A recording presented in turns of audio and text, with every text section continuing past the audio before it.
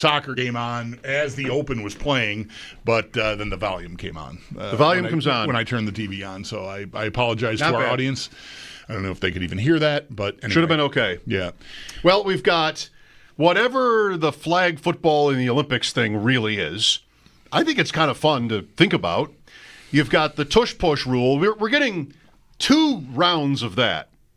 The one at the owners' meetings, the one that Sal went to, and they talk about it, and it's either, it gets tabled or it gets approved or voted on, whatever happens. This one just gets, tabled, pushed off until tomorrow, today and tomorrow. And then also with that is this reseeding of the playoffs.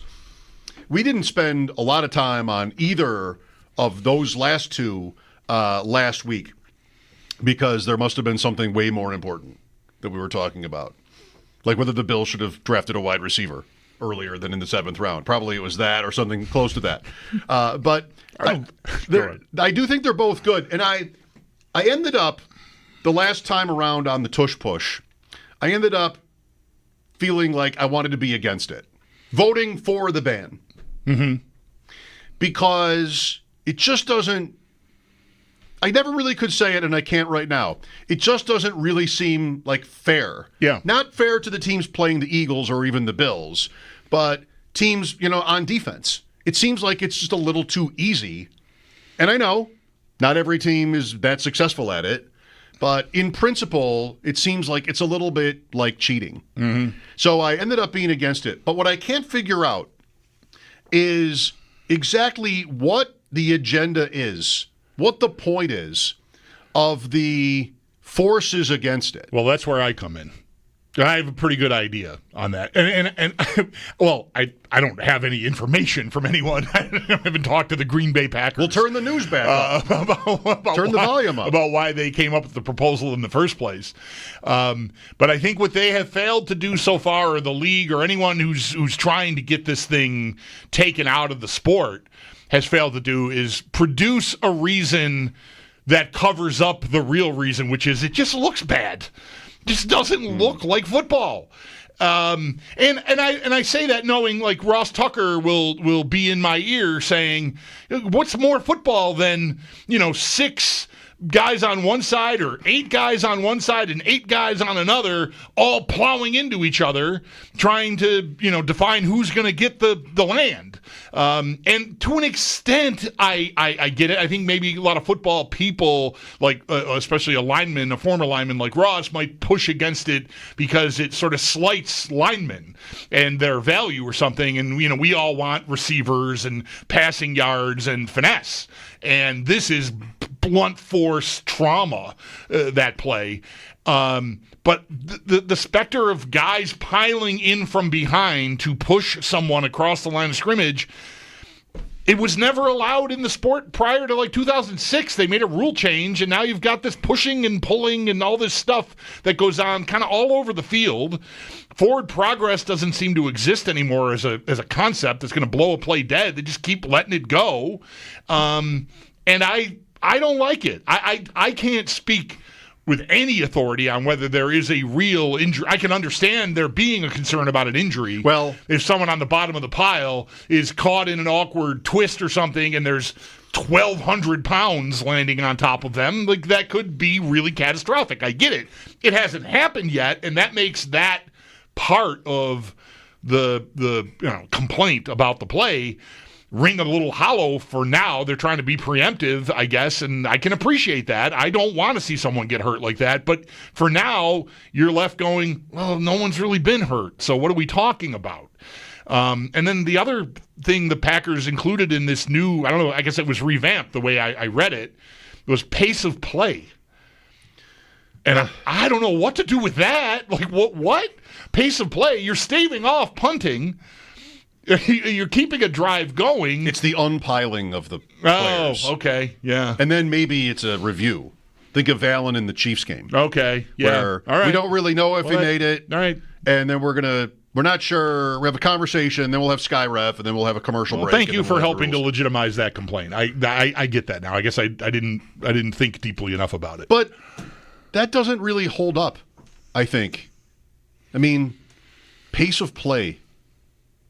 I guess I feel like it's more jealousy.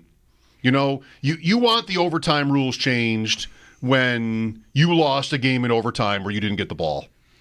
Like, it happened to you. Isn't that just like life? We all have our political beliefs and, you know, sort of thoughts on how society should work. And then something happens to you and you throw it out the window because it happened to you. It happened to your house, to your family, and all bets are off at that point. You lose a game in overtime because you didn't get the ball. Let's change the rules. Anything like that.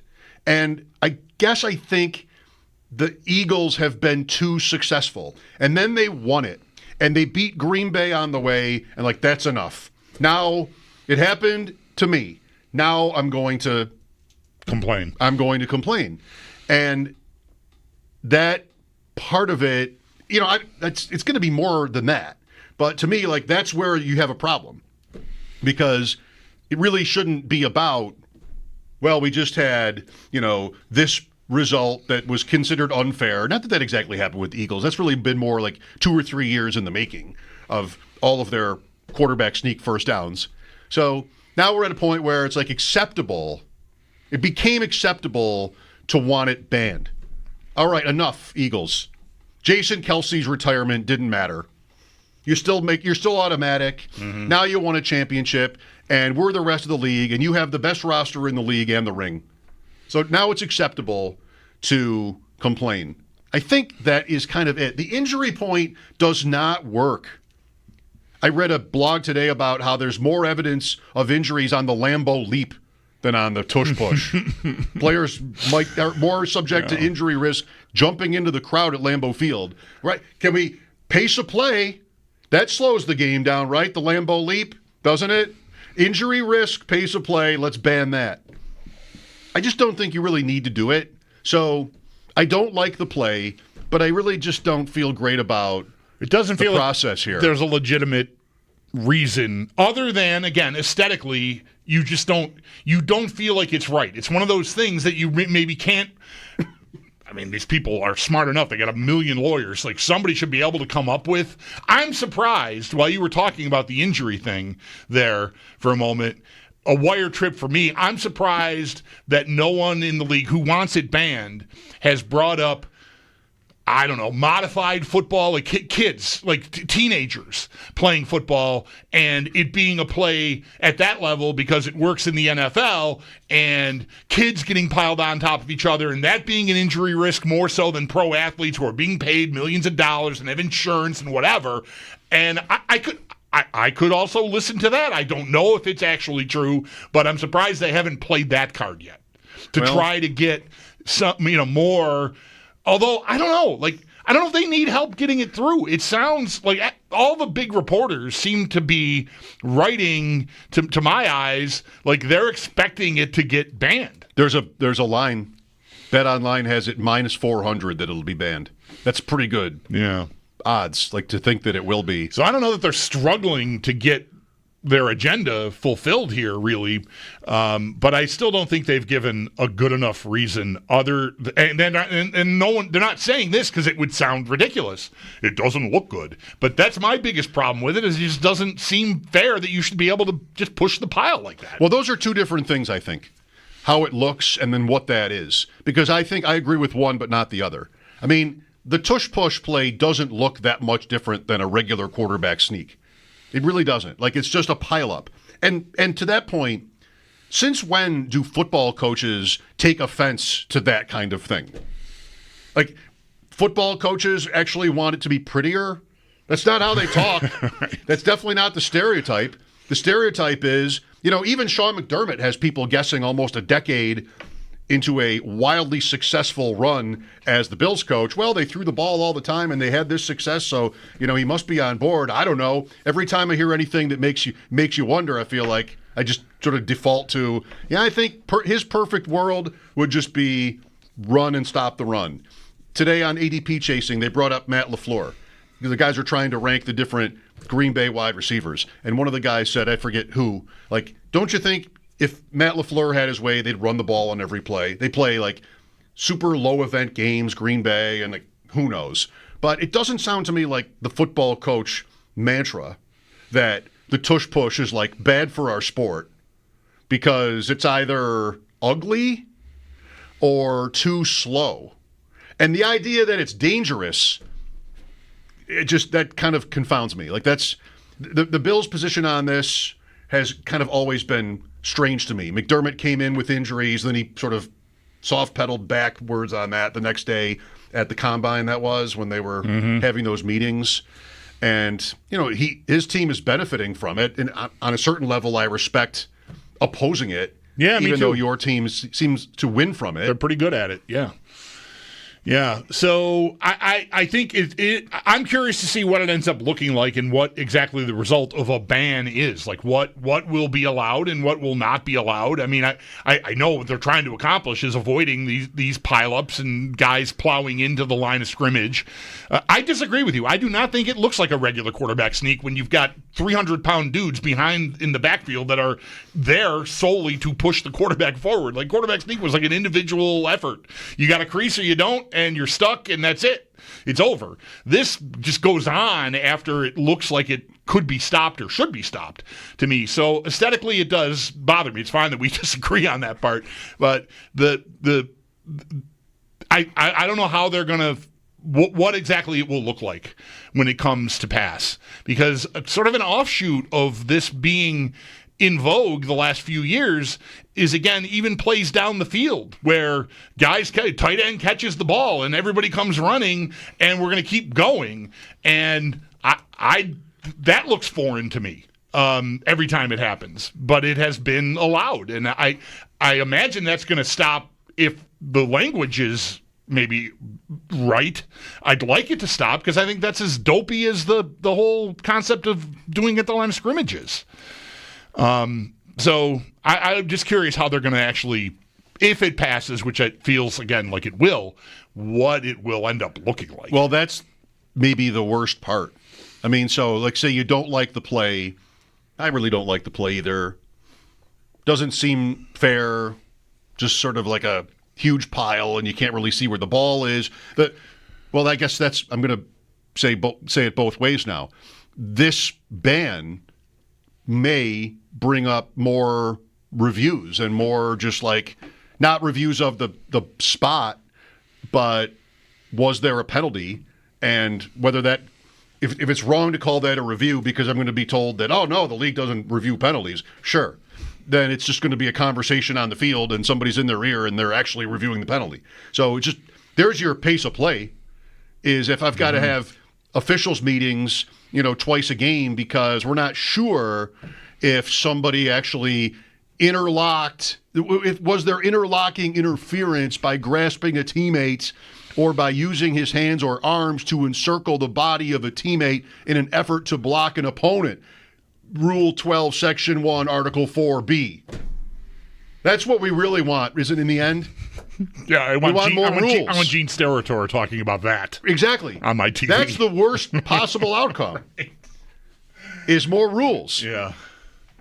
So maybe we are headed there. It is interesting. I mean, it's secondary, but you think about, like, if they don't allow this play and Josh Allen, running, we talk about that every year. How much more of that do we want? How much more do the Bills need? Nobody's talking about the rule just for Bills games that quarterback sneaks must only be to the left. I don't see that being talked about at all. Yeah. That every Bills quarterback sneak has to go to the left. I don't know why that doesn't seem fair to the Bills to have that only be a penalty if they go to the right. You'd like to be able to change it up once in a while. You'd think that they would be allowed to do that. But, sort of like as Allen gets older, there's always this conversation anyway. All right, so say you don't have the tush push anymore. Does that mean you don't want him sneaking as much? Does that mean, like, the odds should go down, just sort of logically? Your chances of success should be lower. They're still great. Maybe they're not as great as they should be for the Bills with him over the years, 4th and 1, 4th and 2.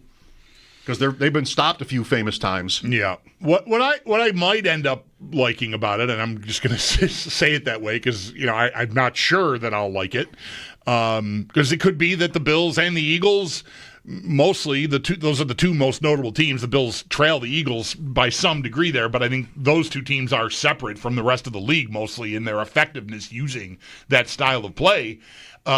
Maybe it gets the Bills to get out of a mindset where third and short, fourth and you're playing in a way where you've got this borderline automatic play, so you're not as worried about picking up 12 yards. You're just as long as we get to third and one or fourth and one, we're fine.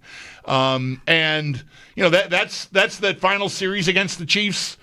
Maybe in a nutshell, passes behind the line of scrimmage to Amari Cooper, and what are we doing here? Let's get the ball down the field, and maybe not having that to sort of fall back on conveniently will push the Bills and the Eagles both to handle the entire series differently, knowing that they don't have the advantage that they had for the previous couple of years. I'm looking at a picture of an Eagles snap.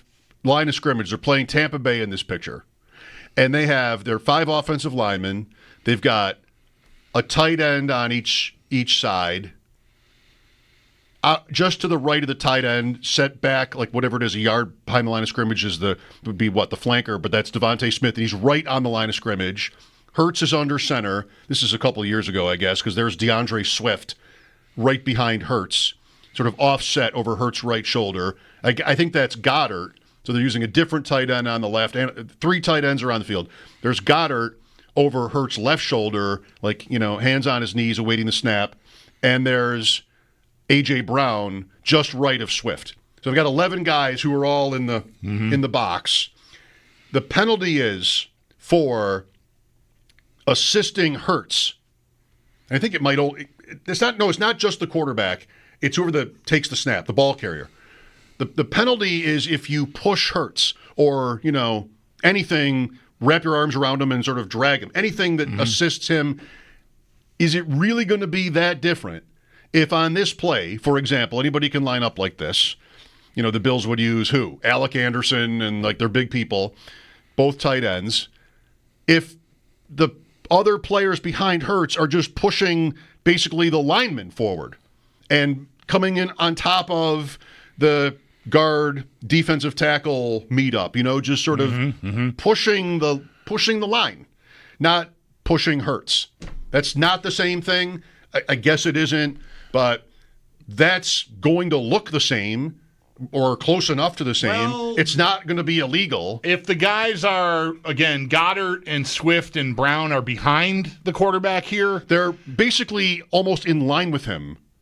Okay. Behind the line of scrimmage by, at the most, 2 yards at the deepest. All right. They're basically just right. Goddard and Swift could be whispering to him, and he would hear them. Yeah. I guess I want to see this photo. Can I lean over?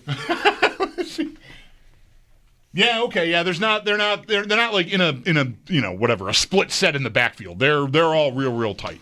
But still, in order for Hurts to let them get ahead of him, he's going to have to wait, and maybe that diminishes the effectiveness of the play because you're not just at the snap, just going forward. It's going to be a fraction of a second maybe for them to get ahead of you, but that amount of time could matter, I suppose, and maybe that'll be enough of a deterrent. Because the way that I understand it is you there's nothing to prevent you from doing what you're describing. Those guys go first and push the pile and make it easier for Hurts to get to just fall forward and get whatever he needs, half a yard, or Josh Allen for that matter.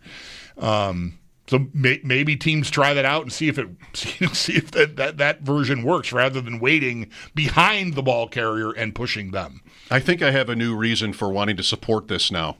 The tush push is officiating and having a play like that happen in such a way where it's basically the same thing. It's basically the same thing, only nobody has actually pushed Hurts, who can leg press 650 pounds and, might be able to get all these first downs without any help. They just do it because they can do it. And then it's the ref show. Then yeah. I mean, you're going to have the ref show problem almost no matter what. what comes of if there is a rule of some kind, there's going to be a ref show. That's the bottom line. Yeah, I do think effectively, if a team, the Eagles, the Bills, whomever, were to do that the way we're talking about it right now, that takes away the it's not football part. Because the it's not football thing, I think, really, for me anyway, I don't know how other people feel about it, it entirely is about pushing the guy who has the ball. If I'm not pushing or pulling the guy who has the ball, then that's a football play. Like I'm plowing into you with all my guys. I've got more of them than you maybe at this point, this flash point of attack, and then that's football. It's a highly technical term known as blocking. Right. But if I'm pushing the guy who has the ball, then that's not blocking. That's pushing. Pushing the tush is what's happening there. And that isn't football, and at least in my view. I mean, it's pretty adjacent to watching Earl Campbell play, all of it. And I don't know, maybe he was never pushed, but like the roots of the sport, that's kind of what Ross would say too. I think like since when is football above everybody on three pushing forward? You want to break it down into like where the hands actually are and make it about that. That's kind of what it is. Then it may be more complicated than it's worth. I don't know.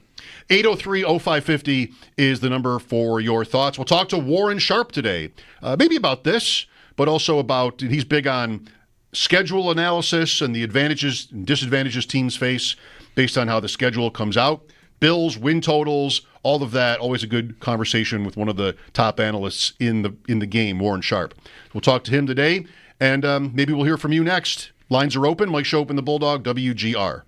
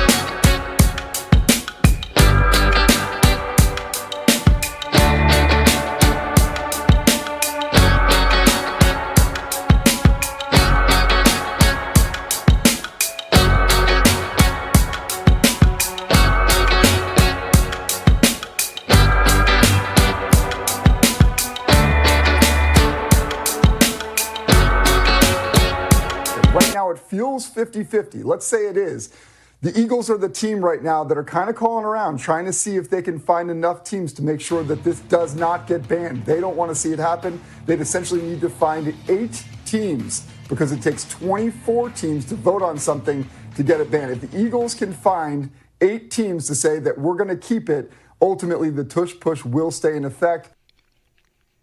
Jeff Darlington, they get to be one of the 8, I would think. Philadelphia. Sure. They get to vote. They should have a vote, yep. So now I'm down to 7.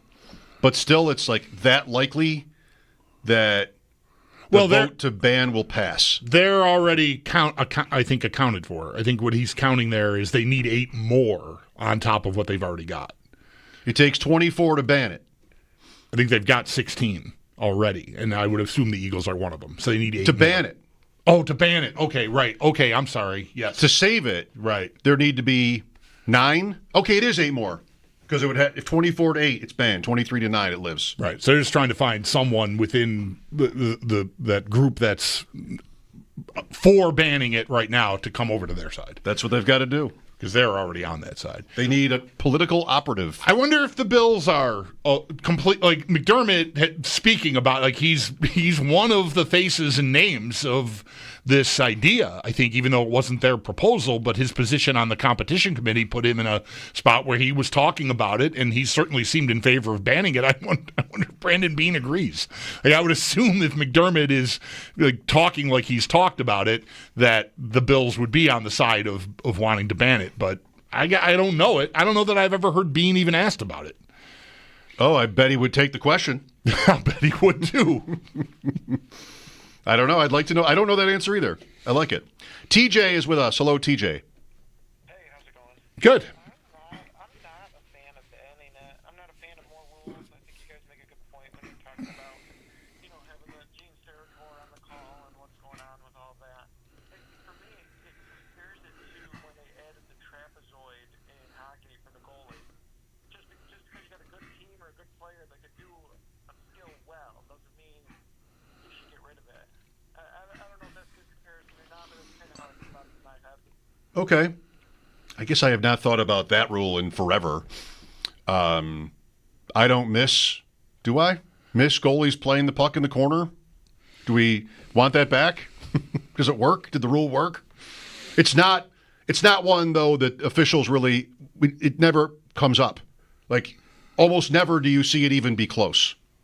A goalie on the edges. Right. It's never a penalty. Right. A time or two a year, a guy might come out there. I'm thinking in a Sabres game. I don't know, like every team. I'm not watching every minute of every game, obviously, but where it's awkward and you get sort of tight. Like, oh, I thought it was going to get here and it didn't, and now I'm out here. But yeah, it didn't. I don't know, goalies going in the corner to play the puck is how we grew up with it. Like, if the tush push had been something and players being allowed to push any ball carrier anywhere on the field like is happening now, if that had been how we grew up watching it, then I think you'd have an easier time convincing at least someone my age that it's okay. Because it's just how it's always been. That doesn't look like football argument would go out the window because it obviously would look like football. That's what we're conditioned to.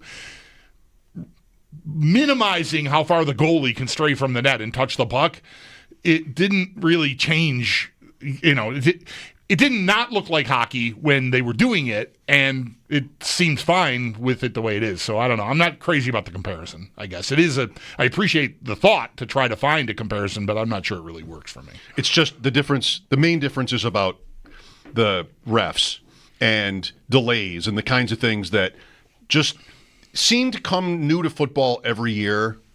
And I think just, here we go, gradually make it less exciting, he said, as he makes plans to watch every game in the league. Actually. On every streaming service. On every service. That you're going to put games on and make me buy. Thursday, kickoff with Al, to Monday, the gun with Joe Buck. I'm there for all of it. And so what right do I have? Arnold is next. Hello. Hey, how are you guys? Yeah, I would just say I'm sort of decidedly behind Bulldog. I think you should not be able to assist a runner through pushing. The reasons for primarily is it's just not an interesting play. I like 4th and 1. I like to see the strategy and the type of play they're going to come up, run or pass. So it's just not interesting to me. And 2, it sort of deadens 3rd and 2 because now all of a sudden the Eagles are going to run because they know they're going to get it on 4th and 1. In regards to the arguments against it, I'm not really struggling whether there's logic behind my decision because most rules in sports don't have logic behind it. I don't know in baseball. I know why they could make it 100 feet to first base or 200 feet to first base, but it wouldn't be interesting. They could allow holding in football. They could. That's a rule. That and interference is a rule. There's no logic behind it other than it makes the game better. And for those who state, "Oh, stop arguing against banning the push. Defenses just get better." It's a ridiculous statement because my response to it would be, okay, then let's get rid of holding on defense and offense because receivers should be able to get away from people holding them and defenders should be able to get away from people who are holding them. That's an ambiguous, no reason for those rules. So it's the same thing. The rules should be put in place because it's a detriment to the game and from watching the game, simply for that reason. Thanks a lot, guys. Enjoy the show. Thank you. You're reminding me of a conversation I had with a friend of mine a long time ago. I do think I brought this up. I don't know. It only was one time in passing, so I doubt you remember it. But I was watching football one time with my friend Jarvis, and he said they should just get rid of all those sorts of rules. Holding, interference, anything goes. Best man wins. If I'm a receiver and I can pull you down before you pull me down, I win. I'm going to go catch the ball, and that's the end of that. Yeah. Right? You're rushing me. I'm protecting my quarterback, and if I can trip you or I can grab you and pull you down, I won. If you get me first, then you win, and you get the quarterback and all the glory. We don't need the rules. There's too many of them anyway, and I had to sit with that for a bit and think, what would that really look like? It would be mayhem, but there's something about it that appeals to me. Yeah, I like that too. And I like the caller's basis that there's no logic, and that's logical. His anti-logic take is logical. Like it or not. You do a lot of hockey yesterday? Yeah, mostly. Yeah. Leafs? Marner, specifically, and, whether I opened up talking really about whether them being at this point again where they've hit their head on a very familiar ceiling tells you anything, informs you at all about how we feel about the Bills and where they're at. Because it's not as long and it's different because, there's a core group there, and I didn't really think about who the core group of the Bills is, and I ended up on it's Deion Dawkins and Josh Allen. Everybody else has changed mostly, right? Receivers have come and gone, and different linemen and whatever. But that's your core: Josh Allen and Deion Dawkins. But when do you how long can you preach patience? Because mostly from the distance that I'm at with the Leafs, not being emotionally tied to them, most years they crap out when they do, and I go, just stay with it. You're good. It's hockey and bounces and whatever, but it's so long now, and those 2 home games were just so similar that it looks like a failed construct at this point that I think needs to be addressed. And will be conveniently because of contracts. Marner's up, Tavares is up, so some decisions may be made for them. To change out that core anyway. He sounded today like he's gone. Oh, yeah. Past tense, everything about it. I've loved, every minute of playing here and that sort of stuff. And so, yeah, I think he's got to go. Tavares was the opposite. Said, he even was encouraged by talking to the GM and coach on his way out that maybe they can keep him around. But, yeah, Marner to me is walking. One thing I think that might be a fair connection between the Leafs and the Bills is the teams that have beaten Toronto have been great and have had great Hall of Fame bound players. It's the Boston teams with Bergeron. It's and Marchand. I mean, they'll both go to the Hall of Fame. Mm-hmm. The Panthers with Marchand, who just was amazing in the second period. That's what I watched most of that game on Sunday.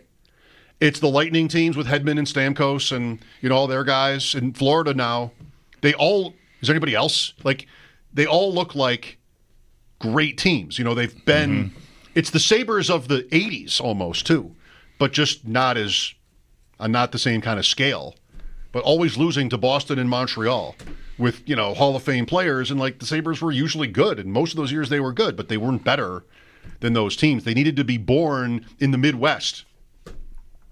That would have helped the Sabres. That wouldn't be great for us because we wouldn't care about them. Right. If they were born in St. Louis or something, they might have a better track record.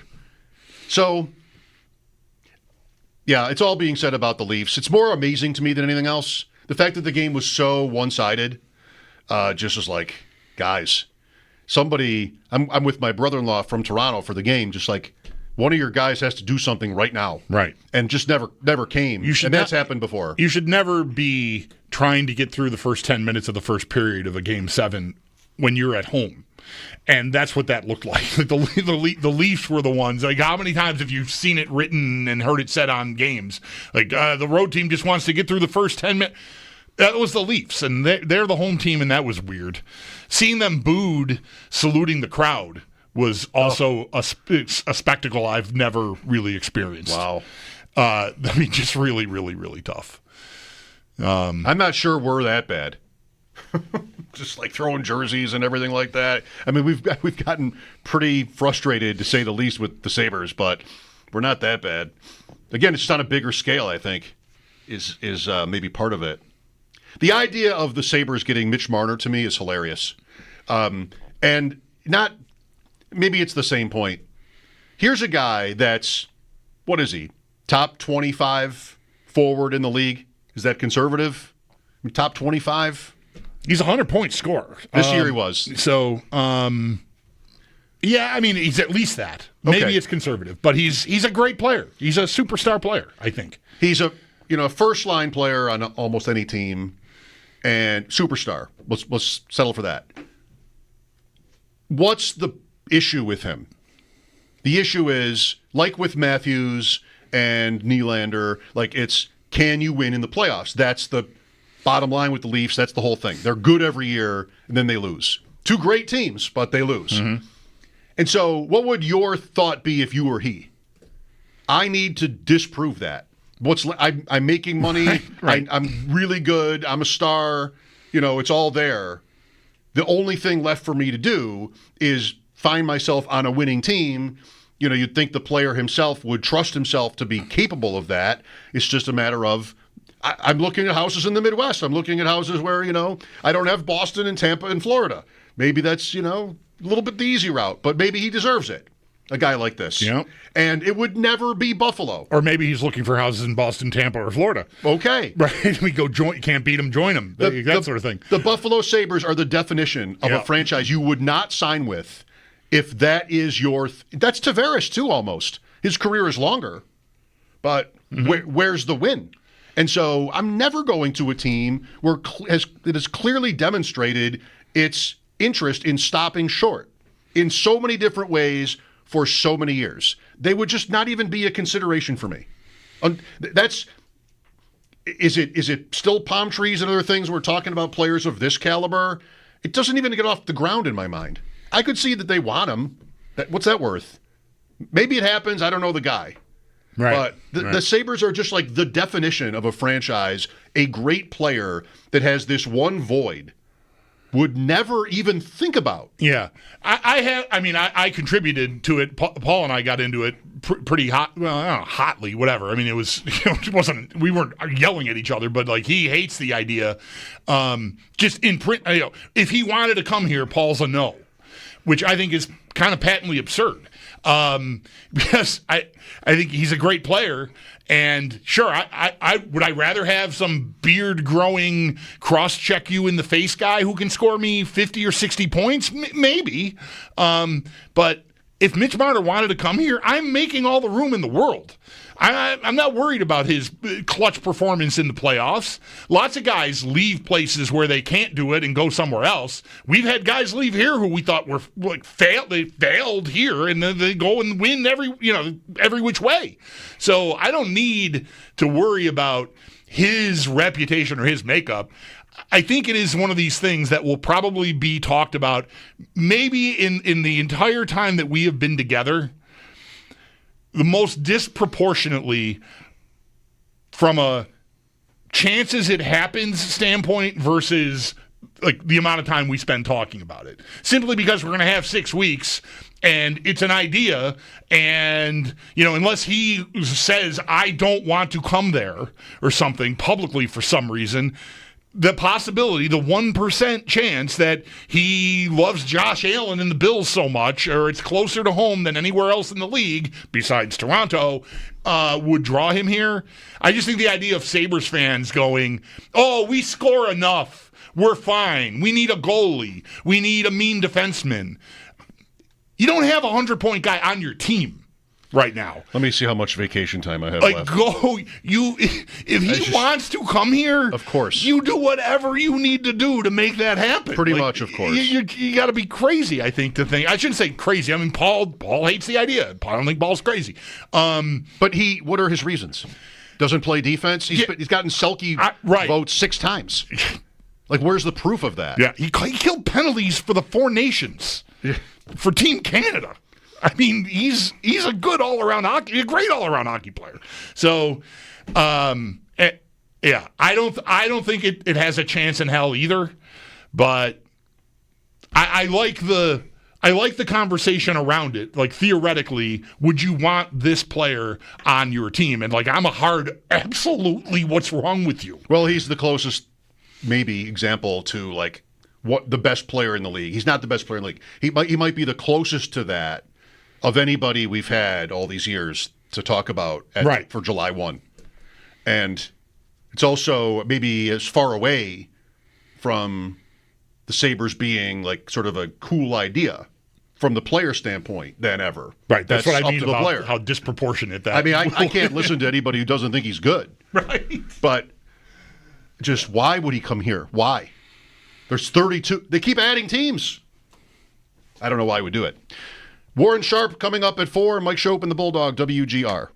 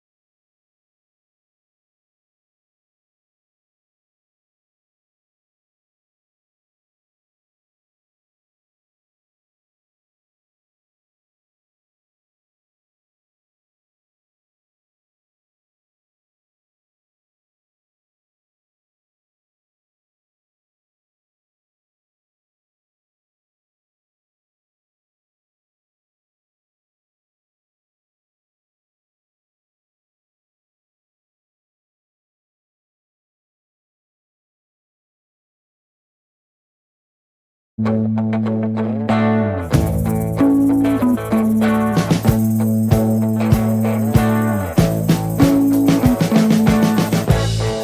been living in sin so long, all the feels are gone.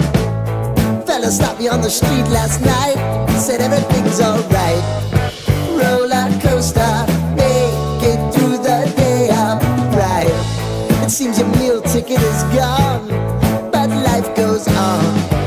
I could never imagine something better. Yeah, right. Now you're cooking on high heat in the middle of the street. Roller coaster, take me to a better time. Let's go. All sing your high line with coaster of life. Yeah. It's time to all choose your timeline on the roller coaster of life. Oh, you seem to easily forget how to place your bet. When everyday life gets you down, you gotta steal the crown. Got to own it. Don't bitch and moan about it, please. God forbid you scrape your knees, and it's nothing to sneeze at. Oh, I've told you over and over again. You gotta get both hands around it and make your own plans. Roller coaster, it's taking over. It's about time.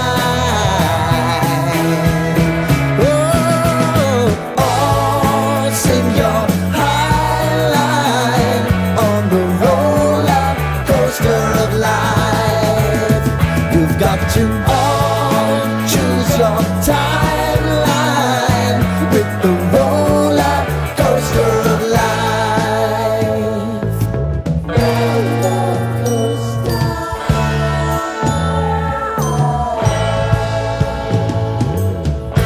I want to go down the rabbit hole, down the rabbit hole of life.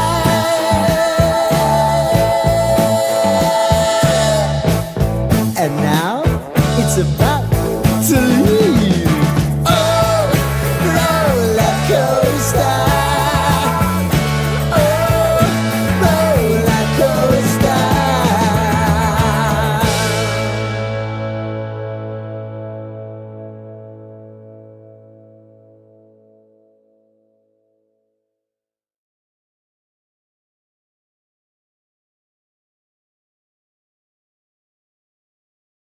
We'll get to Keon Coleman here.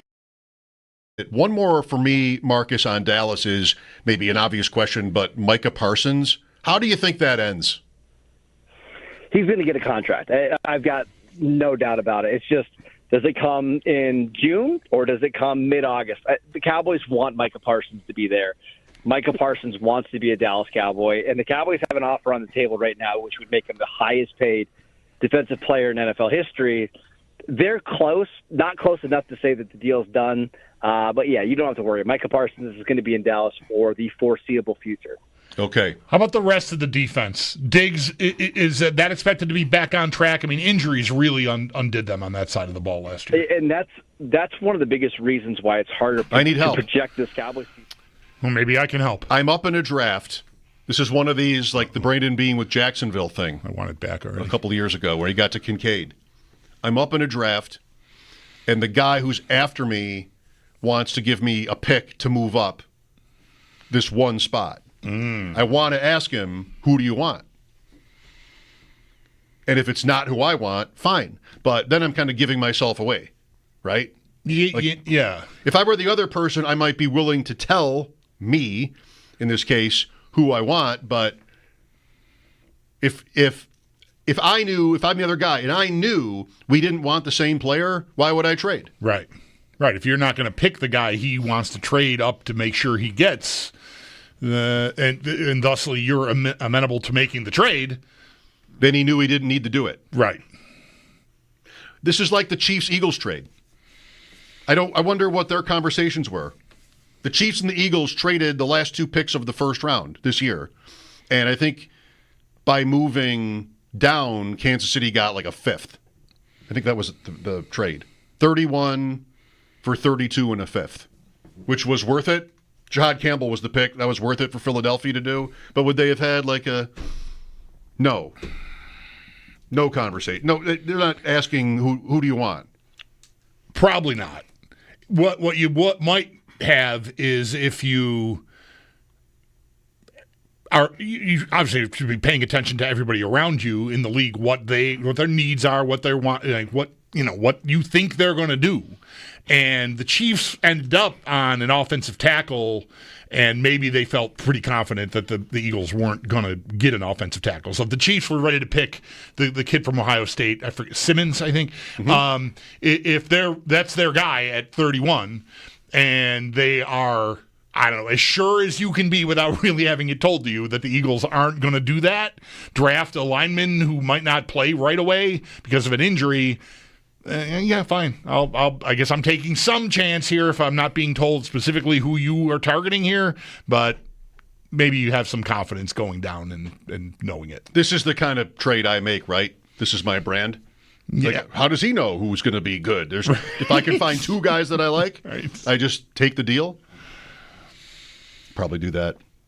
Warren Sharp coming up next. We'll talk about the Bills, the offseason, the schedule, and more. Mike Schopp and the Bulldog, WGR. Moving forward, because Trayvon Diggs, their all-pro cornerback, is coming off yet another knee injury. Some of the whispers have been maybe we won't see him for the first 2 months of the season, and that's putting a lot of stress on someone like Kyrie Elam to now be a starter. DeMarvion Overshown, their top linebacker, he tore multiple knee ligaments late in the season. He's likely not going to be back until Thanksgiving at the earliest. So they just have a lot of guys that are at key spots that they're relying on to get healthy. We could see them without multiple key starters for the first 2-3 months of the year. Yeah, and another depth piece at corner there was a guy that we talked a lot about here for the Bills coming off an injury from East Carolina, right? Siobhan Ravel Jr. Yeah, the Cowboys are hopeful that he will be ready for week one, but still you're talking about a third-round rookie who's not played a lot of snaps in college football coming off a torn ACL to start against A.J. Brown on the outside. That could be rough. And I think that's what's so hard about this team is they clearly have talent, but when will all that talent be healthy on the field together? We might not see it at all this season. Well, at least you get Malik Neighbors in week 2, Marcus, if the schedule leaks are correct. Maybe a little bit tougher for him to get the ball, but still. It's going to be a rough start to the season for Dallas. Do you have an Elam take? You say you're down the road in Erie. I don't know how closely you might have followed his career here. Sal Capaccio with us would often say, because there was always a spotlight on Elam, it wasn't working. And he would talk about, like, he was thought to be a really hard worker and that it wasn't, there's nothing diva about it, nothing sort of easily explained for his struggles. But, man, he couldn't really get on the field. And then in the playoffs, they needed him in that Chief game, and it did not go well. Yeah, he's had a very up and down career, to say the least. Now, the Cowboys are hopeful in Matt Eberflus's defense that he's going to be a better fit. But I don't know anything that we've seen, through the first 3 years of his career suggests that he's suddenly going to turn it around. But then again, you don't find cornerbacks on day 3 of the draft that have his type of talent. So he's a young kid. He hasn't played a ton relative to, other first-round picks. The Cowboys are hoping that their coaching staff can figure it out. All right, Marcus, let's talk Keon Coleman. You wrote a piece for BuffaloDown.com. I got to make sure I say it right, BuffaloDown.com. Mm-hmm. And, big words here. Like, one of the most important players in the league this year, Coleman. What have you seen? And let's hear the argument for why so much here rides on him. Well, let's talk about the positives, right? If this thing works out and he becomes the X-receiver that they drafted and they wanted him to develop to be, I don't know how you stop this Buffalo offense, right? Because now you've got somebody on the outside that can get open, that can win the contested catch balls, who can make plays in the end zone. That's what we saw at Florida State. We saw somebody who could eventually be that player. Now, he's so young and so raw that it was, up and down as a rookie. Now, the wrist injury obviously didn't help, but you're hoping that he can be that big body X receiver. And now you've got Khalil Shakir coming out of the slot, Josh Palmer, who can play inside outside. If he turns out to be that number one receiver that Buffalo thought they were getting when they drafted him last year, this should be the best offense in the NFL. And if you have one more piece, going up against Kansas City or going up against Baltimore, maybe that's the difference in getting you over the hump. Yeah, the focus on the receivers here, there's been a lot of hoopla here. I don't know how closely you followed it, Marcus, but some of it generated by the station itself and Brandon Beane sort of going off like he did on the Monday following the draft. I feel like, in a way, what he's done by being as aggressive as he's been about defending the guys he's already got here is really put a spotlight on on Coleman for sure, and I think also Dalton Kincaid, a first-round player, pass catcher from the year before. So to me, like, he's turned the heat up not only on himself but on those two guys and Coleman and Kincaid. Yeah, if it doesn't work out, this is why I'm calling him one of the most important players. If things don't work out for Coleman, then this offense, it's still going to be very good. Make no mistake about that. But they're not quite as scary. Even someone like Mac Hollins, who was on the roster last year, made some pretty big plays last season, especially in the playoffs. He's obviously gone, left in free agency.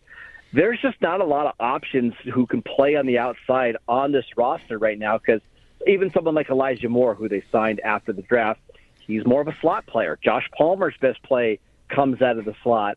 I don't know who's going to fill that role, and maybe that's where you have to look at a trade midseason, but Coleman is really the only player on this roster that profiles as an outside X receiver. And again, if he hits, I think he can take this offense to another level. You're in the fantasy space too, Locked On Dynasty. Mm-hmm. And one thing Coleman could do for all of us, make it easier by really standing out, taking that step. Because, I'm a fantasy content producer as well. And I'm on shows last year, and they know I'm in Buffalo, and they always wanted to know, like, who's going to be the guy. And I stumbled over that question, Marcus, every time. Like, there was no easy answer to that. Shakir, he might.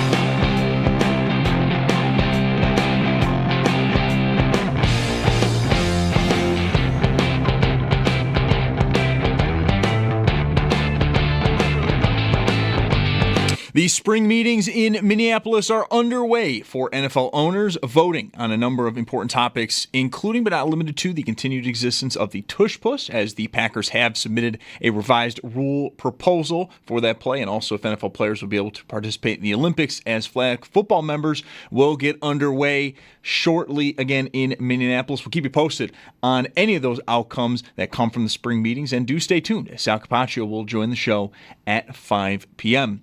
Some contract notes from today. Bears guard Joe Thuney, he's signing a 2-year, $35 million extension to stay with the Bears past 2025. And Bengals first-round rookie Shamar Stewart continuing to stay sidelined as he has still not signed his rookie contract. This reportedly due to a disagreement in the contract language used in this deal.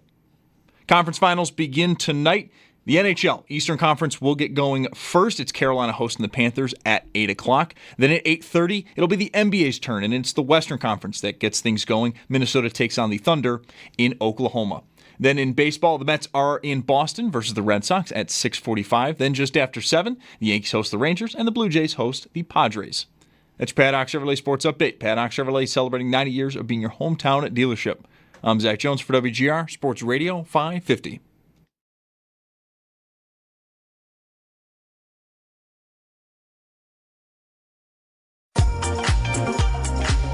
Mike Schopp. Hey, put a little. I never get this line out the first time. It's not even good. Hey, put a little bit more in there, cowboy. And the Bulldog. What's your degree in? Kicking ass and taking names. On WGR Sports Radio 550. George Wendt has died. Reports. I suppose his role in Fletch would not be the first mentioned in his obituary. It'd be Norm from Cheers. I think that's, yeah. Fat Sam. Yeah. Fletch has lost 2 legends in a week. Joe Don Baker and George Wendt. Oh, I didn't know the Whammer had ties to Fletch. He's the mean cop. He kind of always was a mean somebody. Joe Don Baker in all his movies. Yeah. He had an edge to him. Also a man who has an edge to him, Warren Sharp, joining us now on the Western Hotline, sharpfootballanalysis.com. One of the best in the business. Warren, how are you? I'm doing great, guys. Thanks for having me on. You're welcome. So let's start with the schedule. I know you put a lot of time in trying to find disparities in team schedule and, give a deeper insight into who really has weaker versus stronger schedules. How did the Bills come out here for you? I know I've seen a lot. They're on the weaker side of things. Maybe you can add to that with what you've researched. Yeah, so if we were talking about just who they play, the Bills have the fifth easiest schedule in the NFL because they're playing some weaker divisions. I love the tentpole nature of the way that their games are spread out, the way that the schedule makers gave them 3 home games against the 3 toughest teams. Now, they didn't give them the home games. Those are already there, but they have the Ravens to start the season, the Eagles to end the season, the Chiefs smack dab right there in the middle of the season, as long as they don't blow a look-ahead spot off of a bye in Carolina against the Panthers Week 8. Sets them up nicely against the Kansas City Chiefs in Week 9. From a rest perspective, though, the Buffalo Bills do have some challenges from Week 10 through 18. So immediately following the Bills, they play 4 games at a rest disadvantage and just 1 game at a rest advantage. And last year they went 11-2 when they had a at or even rest compared to their opponent, but they were just 3-3 when they had less rest than their opponent. The Bills will play 4 of those games down the stretch of this season. It's the 3rd worst rest differential to close out the season of any team in the NFL. I don't love the rest spots for them. The good news is the game after the bye week is the Carolina Panthers. I just told you about that one. That's a key one. You can't look ahead to the Chiefs. That's going to be a big thing. And many teams have struggled coming off of byes since that 2011 CBA. It used to be a great thing to have a bye because you could keep the players in town sometimes. You didn't have to give them the mandatory time off, but now they do. And the data certainly shows that teams are playing worse off of a bye. You know who the best team in the NFL is off of a bye? It's been the Buffalo Bills are 10-0 off of a bye. You guys are 10-0 off of a bye the last 10 years. You are the best team off of a bye in the NFL. Most teams have fallen back. You guys are surging ahead, whether you're talking against the spread where you're covering 75% or just outright winning these games. You're doing a tremendous job there as well. Andy Reid I almost spat that out before your answer. Good thing nobody heard me because he has kind of the reputation here. Definitely don't bring it up now. Yeah. No. So, Warren, if I may follow up, I'd like to hear you talk about, what is the extent of the advantage? What does the data show I'm gaining or losing in these spots where I'm playing somebody, that's had more rest? And I think, I know what you would say. I've read it from you. I agree with you that the league should do a better job than it does at this. I mean, we know what their overall purpose is with the schedule, eyeballs. But we both think they should do a better job at this. But there's only so far it can go. I think you'd agree. One of those Bills losses last year is the AFC Championship game, where Kansas City plays on early Saturday and they don't travel, and the Bills play Sunday night and do. So I think we'd all have to acknowledge that there are limits to what can be, made better. Yes, absolutely. Look, the NFL, by nature, is the least equitable sport that exists for a regular season schedule based upon who you play, because they're never going to balance it with the way that they have divisions and the way that they have other divisions that they rotate, and that's predetermined years in advance. The teams with the easiest schedule and the hardest schedule are much wider apart in the NFL than they are in baseball, where there's 162 games, or basketball where there's 82 games. There's so much more opportunity for those teams to have a more even schedule. So we know football, just based upon who you're going to play before the schedule makers even get involved, is going to be less equitable. The goal, in my opinion at least, should be to try to ensure that equity doesn't cross this imaginary line as they're trying to increase the revenue. But who's policing that? It's the league internally saying, we're aware of that. It's not our primary focus. We're just trying to make sure that nobody's too out of bounds here with these equalities. Well, then you look at a team like the Cincinnati Bengals, who are playing in Baltimore on a Thursday night game for 3 straight years. Baltimore has played once on Thursday night in Cincinnati in the last 20 years?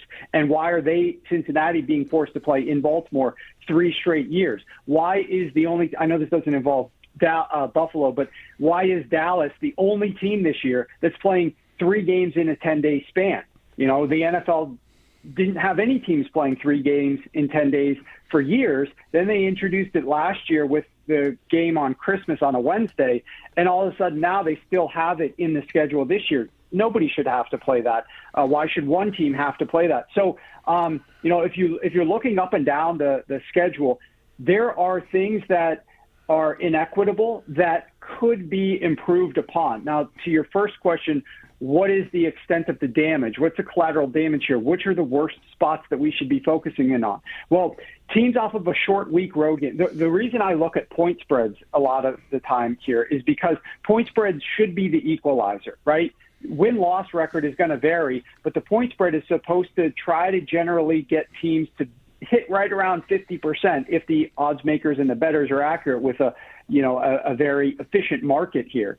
Teams on a short week road game, that means they're playing on a Sunday. Now they have to go on the road on a Thursday, for instance. That's one time. Mm-hmm. Those teams have covered the spread at just a 48.3% clip. You might say that that's over the last decade. You might say that's close to a coin flip. That's okay. That's minus 7.8% ROI. If you're thinking about like your investment portfolios, 7.8% losing that is a pretty bad thing to be losing. And that's what happens when you're betting on teams that are playing a short week road game.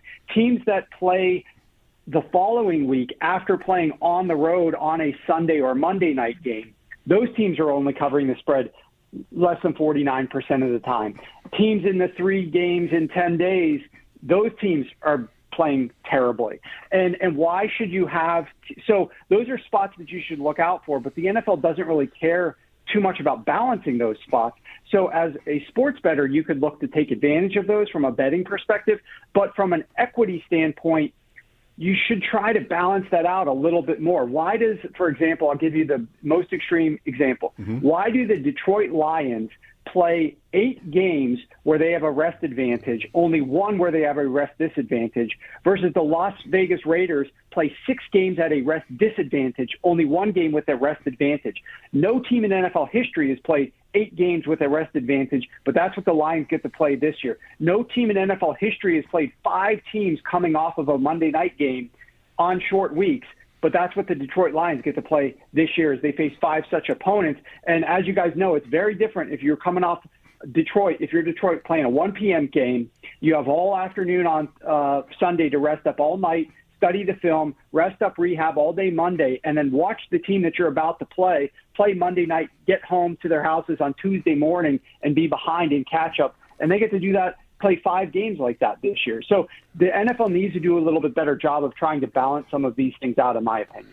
Warren, one of the portions of the Bills schedule that concerns me the most, I like the schedule a lot. No Europe, no holiday stuff. So, they got their allotment of primetime games, but they are playing. You got to it talking about week 10, but even pulling back from there by a few weeks, beginning with week 6 in Atlanta, they play 7 of 10 on the road, 4 out of 5 in one pocket in the middle of that, and there's in the middle of within that then is a Thursday on the road in Houston off of, at least they're at home the week before. But how much does travel enter into the rest point you're making? So travel, I do believe that teams have improved with the way that they travel, with their sports medicine and the way that they rehab, such that it makes travel not as big of a deficit, and something we looked out for a little bit more earlier on, not as much so now. Some teams prefer to have back-to-back games at times on the road, especially if they're like a West Coast team going east and they'll just stay over, and they feel like that knocks out some of those games. It reduces their overall travel, and then they get to play more home games stacked up at other points in the season. So it sort of really depends. You're right. The Bills do have an interesting quirk where they're playing on the road in Atlanta, then a bye week, then on the road in Carolina. So they bookend their bye with a couple of road games. They do have back-to-back road games there where they're on Thursday Night Football in Houston, which is definitely a disadvantage. Playing that short week road game is a tricky spot for them after hosting the Tampa Bay Buccaneers. So the other thing that they don't get the advantage of is playing or hosting any cold weather teams late in the season. The teams that they're hosting late in the season are the Philadelphia Eagles, the New York Jets, and the Cincinnati Bengals. Those are the only home games that they play week 12 onward. Those three teams are obviously acclimated to playing in cold weather. So they're not gaining anything from that either. Warren Sharp is our guest on WGR, Mike Schopp and the Bulldog here. So the Bills have about, depending on what you like, division odds, win the conference championship, win the Super Bowl. The Bills, again, are at the top of the list. I think their odds of winning their division are the shortest of anybody. And, of course, that's a reflection of what people think the rest of the AFC East will look like. What is your read on that? I think it's easy here to get comfortable. Miami has just not been able to take them down. New England and the Jets are closer to rebuilding teams. Is that how you see it, or is there maybe a trap here? I don't think there's a trap from a division perspective. I think the Bills are as positioned, as you mentioned, the odds reflect this, as any team in the NFL at capturing their division crown. The key for the Bills, in my opinion, we know how important trying to host games in Buffalo is. It's not the end-all, be-all when it comes to going to the Super Bowl, but you definitely want to try to get that first-round bye, especially when you have an early bye in Week 7. And so, I'm not betting Bills minus 230 to win the AFC East, but I absolutely believe that the Buffalo Bills are going to win the AFC East. I think Justin Fields is not going to really elevate the New York Jets that much in 2025. I love what the Patriots did in the draft, and I think that they're on their way, but I don't know that year one with Mike Vrabel, they take that massive step to actually dethrone the Buffalo Bills. And then I think the Miami Dolphins are a team that's searching for answers and don't really have very many. So I think they're very much so up in the air. So I think the Buffalo Bills, what their biggest focus needs to be, if I'm being completely transparent and if I was there helping strategize a game plan every week, it is we need to figure out a way to get up on these teams that are worse than us. Most of the games that they're going to be playing are teams that are worse than them. Get up on these teams quickly in games, have leads early, build on those leads so that we can potentially rest some of our guys in that fourth quarter and not play in a lot of these one-score games, because we have an early Week 7 bye, and we need to make sure that we have a bye the first week of the playoffs and can have home field advantage. So their goals, obviously their big picture goal is to get that number one seed in the AFC. But in order to do that, it's think smaller, build leads in games, rest your guys because we have an early bye. In case something goes sideways and we don't get that bye first week of the playoffs, we have the opportunity to still have a healthy roster, because we know that you guys, particularly on the defensive side of the ball, have had your fair share of too many injuries, and you guys need to stay as healthy as possible. And the only way to ensure it, you can't ensure it, but the way to reduce it is to reduce the total number of snaps that your starters have to play. But that really came home to roost year before last when the Bills had to go right down to the wire. The Sunday night game, they needed to win. They started that day not knowing if they were even going to be in the playoffs. It turned out win, and they won the division. But they had to go hard there and then play a wild card game. And the injuries they suffered in that Week 18 win in Miami, coupled with the injuries they suffered in the Pittsburgh wild card win, all but just crushed them. They pulled A.J. Klein out of an RV driving his family to a vacation to come play linebacker, and he's chasing Travis Kelce around the field in a divisional round game. It was tough. The rest is so key. NFL, I'll just say this. NFL teams, they're so focused on their goal each week is to be up when the clock hits zero after 60 minutes are done. They need to focus more on trying to be up by 10 points at the start of the fourth quarter. They need to set goals to allow themselves to manage their team down the stretch of the fourth quarter to stay as healthy as possible and notch as many victories along the way as possible. Because, as you guys know, you get a tipped pass interception. Things can go sideways late in these games if you allow them to stay close. Your schedule, you are very fortunate this year. You play the 5th easiest schedule in the NFL. You play the number 1 easiest schedule of games at home in Buffalo of any team plays at home. you're favored in every single game because you have the good fortune of hosting all of the most difficult games that you play. Baltimore, Kansas City, Philadelphia, and Cincinnati. Those are the toughest opponents you play. You play all of them at home. You're very fortunate the way that this schedule has fallen. It doesn't fall this way every single year. You've got to take advantage of it every single week by not letting any of these games look ahead or late game variance slip through the cracks, and you got to notch those wins. Warren, I believe I've seen you tweet how you think the proposal to change the playoff seeding, or whatever it's actually technically should be called, will pass. I've seen today odds against it. I wonder if maybe you still have that position on it. And how do you feel about it? I get the logic behind dropping down a 4 seed, a weak division winner by record, but I also don't need it. I kind of like how it is now, and those games are interesting to try to analyze, where you have 11-6 at 9-8 or something like that. What do you see happening, and what should happen?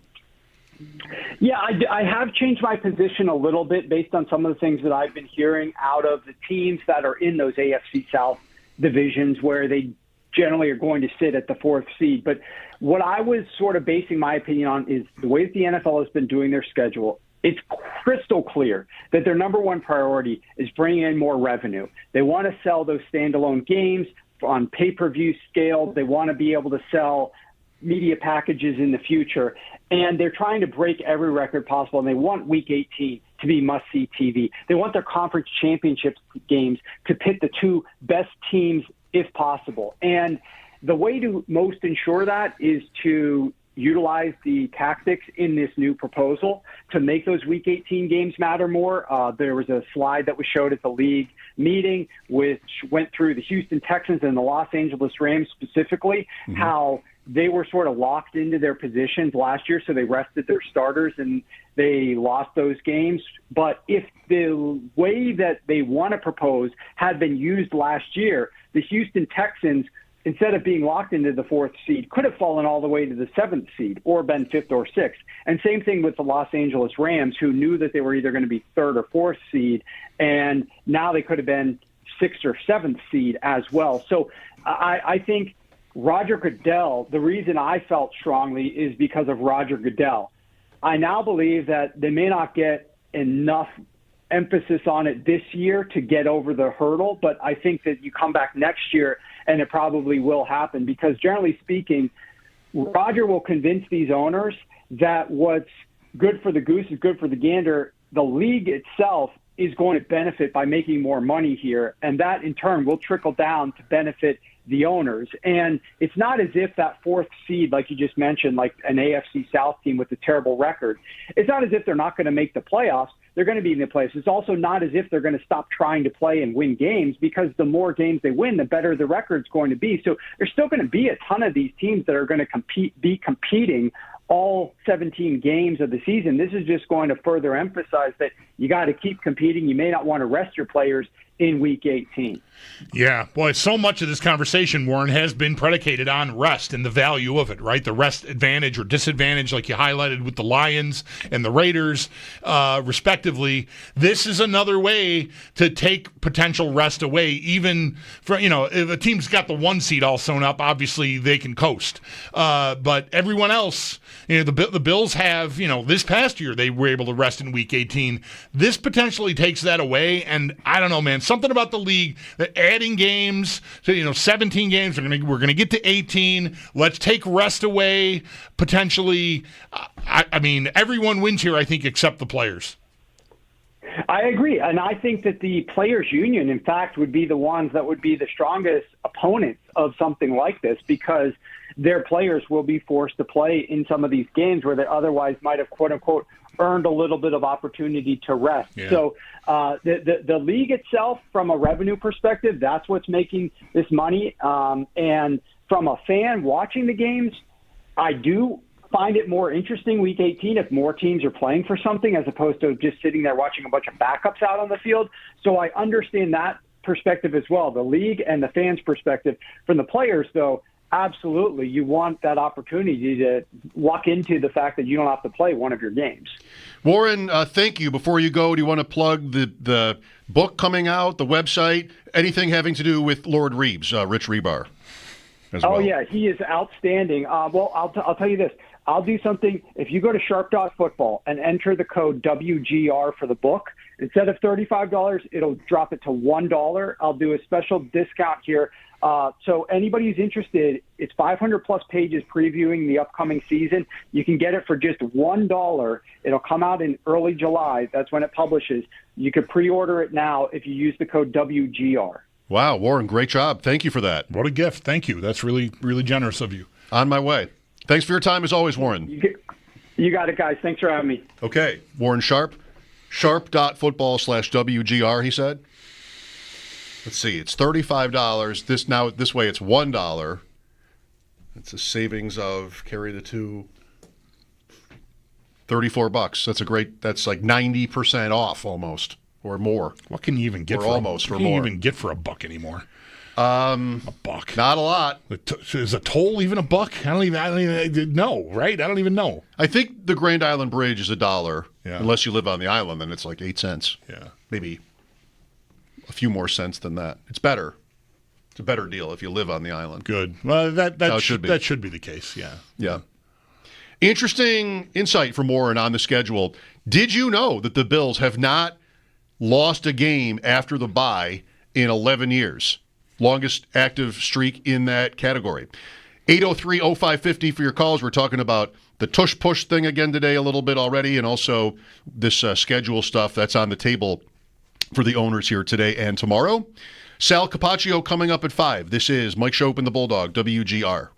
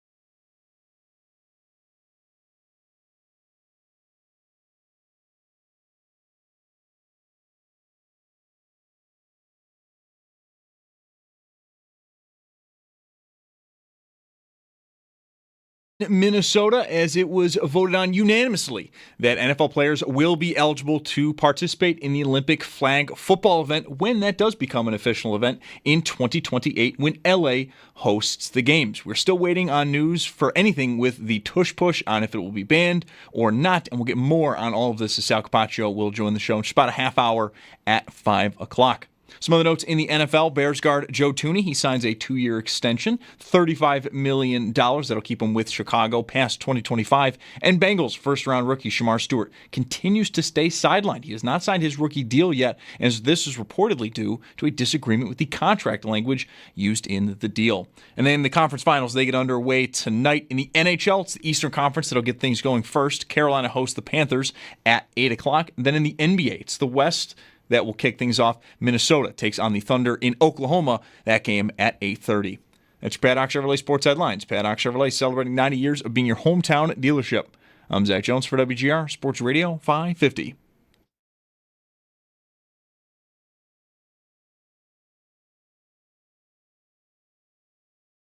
To have an opportunity to be a champion is a big thing. And to get a gold medal and to represent your country. So the same reason why basketball players want to play, you can't come out and take an L for like the first decade if you created the sport. You lose to Saudi Arabia or something like that in flag football. You know what I mean? You got to dominate, and for that you want to put out your best players and stack up chips and the endorsement deals that'll come for that, for representing your country. I think it'd be enticing for a lot of young guys. I'm listening. That is Bart Scott on the now or since passed proposal to have NFL players be eligible to play in the Olympics, flag football, new sport, in 2028. One per team. Like one player from each team only eligible. I was listening on the way in, and I forgot the fellow's name now, but a reporter's done a lot of work on this. Says there, I guess, at least traditionally, I don't know if this will be the case for the Olympics, but 12-person teams is what we're talking about. Five on five, one sub each side of the ball. So not it wouldn't be like Alec Anderson. No, it's not. Bills. Yeah, no, it's not. He can move. Yeah, yes, he can. Not a super deep pool. Well, no, it's a deep pool. It's not there's going to be a lot of guys that are going to have the opportunity to take part, at least first time around here. A maximum of one player per NFL team, period, or a maximum of one player per NFL team per country? That's a great question. I have not heard that specified. I've only heard NFL teams should only have to worry about one guy from their team going. But that might just be for Team USA. I don't know how that'll work for guys from other countries. Like you have a parent from another country, some sort of other way in. Yeah. I might have a better chance of playing for Italy, say. Well, I'm okay here. Like it shouldn't be. Yes, there can be an injury. There can be an injury a lot of ways, but this will free the players up to do it. I think it'll be fun to talk about how the team would be constructed. Right? I mean, yeah, who makes it? I'm not anti-fun. Who wants to go? I want to be what I want. I want to be open. When you say it that way, it sounds like you're struggling to be open-minded. I like to think of myself as being an open-minded person, so I don't want to just shut this down. Like I don't care about no flag football. I don't need it. I don't need a lot of this. I mean, but it's fun. So I want to keep an open mind about it, and I think it's reasonable to expect that players will be enticed by the opportunity to represent their country, take part in all of it, the opening ceremonies, the whole thing, the village, and the opportunity to win a gold medal. You grow up. I don't know. Everybody would have different experiences, but if you end up choosing football, you've almost always known there's no opportunity for international competition. It just is not. It just isn't going to happen for you. Now, this isn't exactly the same, it's not tackle football, but it is an opportunity to, do your thing, showcase your skills on that stage and potentially come home with a gold medal. Like, I think that will be pretty enticing to guys. The closest thing would be going to England to play Jacksonville. That's the closest you get to international competition. You're going to play Jacksonville, but it is an international site. Yeah, whereas, hockey players, baseball players, basketball players, the teams, the North American team sports have had soccer all over the world. I mean, there's internet, soccer's almost mostly well known for international competitions. Football's never had anything like that. So, guys will want to do it. Yeah, I think so. In LA? Yeah, I think guys are going to want to do it. And so how do they get picked? Yeah, that's a great question. But you're talking about so few guys, at least for Team USA. 12 players get chosen for the team and probably some alternates. And there's going to have to be like a practice season, maybe even like an exhibition season. Guys go on tour like the Olympic hockey team would, playing against Adam Krautwurst and his friends. I doubt that, Right. Even though they're big into flag football over there. Just who chooses? Do you get like a Ron Wolf or somebody to put a flag football team together? Or would there be somebody from, if there is this, the world of flag football, who would be more like in tune with what kind of team you the want? Skill set and like what sort of players you want, what variety of skill sets you want to have on the field. Yeah, I wonder if it'll be like, Team Canada, Team USA at Olympic time or for Nations Cup. Like here you go. Here's Andy Reid is the head coach of Team USA for the Olympics, or Brett Veach is the GM, whatever. Will it be that way, or like you're saying, will someone more familiar with that version of football? All things we don't know yet, but I do feel pretty confident, pretty comfortable expecting guys to want to do it. The teams might be another matter. I did hear this same interview I was referring to with Brownie and Tasker on my way in. This guy quoted John Harbaugh already as saying, like, I've got a quarterback who maybe is made for this, but I'm not sure that that's what's best for the Baltimore Ravens, because if my quarterback is going to be the guy to go, play this and expose themselves to injury. Seems like could be a logical choice. It's 3 years out. He might be old and slow by then. Maybe it's Jaden Daniels. Right. Maybe it's someone we don't know yet. That was the next name I thought of. Someone in the league. Maybe it's Justin Fields. Maybe it's a player who's sort of like washed out. But by 2028, teams are holding back their franchise quarterbacks. Here's a guy who, kind of like going to the CFL. Right. So you go to flag football. Right. Maybe there's a league by then. Maybe there is one now where you have sort of the growth of the game and ex-NFL players playing it. Other guys, just sort of on the fringe, jump to it. Lots of questions.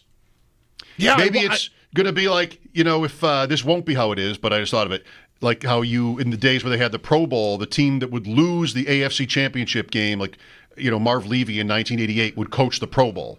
And the other team, Cincinnati in that case, would go to the Super Bowl. So the championship game losers were the Pro Bowl coaches. Maybe you win the Super Bowl, you get the right to coach the flag football team. Yeah. Sort of like that. In curling, you win, this is at least how they do it in Canada, you win the men's or women's nationals, the Brier or the Scotties. You win the nationals, you are automatically the representative at the Worlds. You win the nationals, you represent Canada at the Worlds. Other countries do that differently. They have some countries just vote on it. But there's that. So you win the Super Bowl, you win the MVP, you get first dibs. Yeah, I wonder what I would think this can't be anything but great for the world of flag football, which I don't know how expansive that is. Like you're suggesting, is that already on TV? Like if I surf through my Fubo stuff, am I going to find flag football somewhere? I might. I don't really know. I've never gone looking for it, so I don't know. I haven't found it. Right, but I would expect. Yeah, I think I want to say this. You like that? I think I want to say this. I would expect that this will elevate that to the point where some Saturday or Sunday here within, between now and the Olympic Games, we're seeing these games on TV. Some league, like whatever the best league, whoever can get the partnership with whomever, FS1 or ESPN or, whatever, Tudden. going to get some flag football on and just get, familiarized, because there's going to be interest in it. People are going to want to get some idea, if they're going to wait until whenever the Olympic Games happen to watch, whomever, Josh Allen or Lamar Jackson play for Team USA in the Olympics. You might want to watch the sport a little beforehand, even though it's not those dudes playing. The field is 70 yards long, not including the end zones. 70 yards. 70. I heard 50 earlier today, I thought. Okay. I might be wrong. I believe it's 70, and you start at your 5. When you get possession, you start at your 5-yard line, and then you go from there. I don't know how eager I am to sort of bone up on flag football, but I'm going to like the idea of drafting a team, putting sort of a fantasy team together for the games. Dan is with us. Hello, Dan. Hey, guys. How are you? Great. Thank you. Hey, wouldn't this be the perfect time for the NFL to really start showing this in the Pro Bowl for the next 3 years? Well, haven't they already done that? That's what the Pro Bowl is that now already. I think the last couple of years has been it's a flag football round robin tournament or something, isn't it? Yeah, I guess you're right. I was thinking about making it more predominant, that kind of like how the MLB does the winner type thing, make it more predominant, I guess, is what I was trying to say. But because they do have the round robin, but this is the chance that maybe you could get more people aware of the sport before it hits the Olympics. Maybe. I don't even know what they do at the Pro Bowl. It's the Pro Bowl skills games or something now, right? So there's more to it than just... Yeah, there's a few days of it, but I know the final, the day that the game used to be is now flag football. And I don't know if it's a round robin or what, but there's flag... I know I've seen flag football being played there. So, yeah, I don't know. I wouldn't... I'm suggesting that some TV partner, maybe even NBC, who carries the Olympics, would find their way to showcasing it, whatever they think they deem the highest level available is, and get it out there. I don't think the league is going to have guys playing more flag football. They're going to be reluctant to have guys play flag football at all. I think teams anyway, owners, managers, coaches. So I don't know that you'll see players that from the NFL playing it before the Olympics, but I'm saying I think you'll see it on TV. In the years between now and when those Olympic Games take place, it'll find its way on as a way to sort of pad the entry, I think. I will only consider it if there's a sky ref. That's what I like most about the sport. I want there to be just absolutely non-transparent officiating decisions made where we can then, I'm only mostly kidding, argue about them at length after they happen. That's been the key to the NFL's success.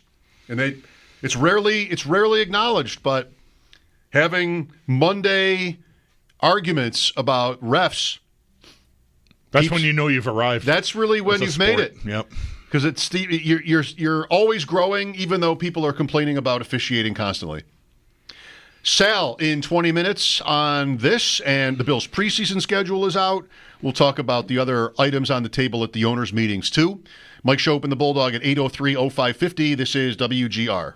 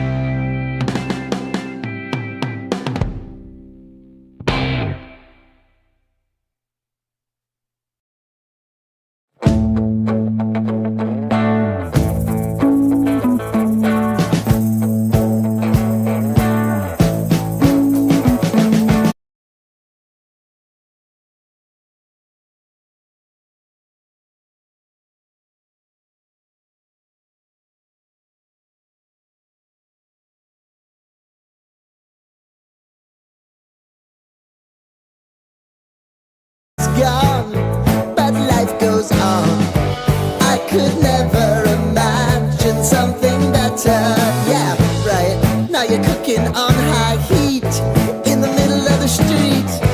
Roller coaster, take me to a better time. Let's go. All sing your high line with the roller coaster of life.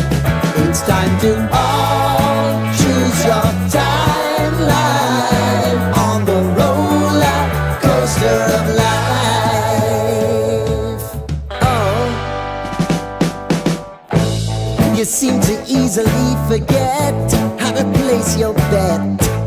When everyday life gets you down, you gotta steal the crown. Got to own it. Don't bitch and moan about it, please. God forbid you scrape your knees, and it's nothing to sneeze at.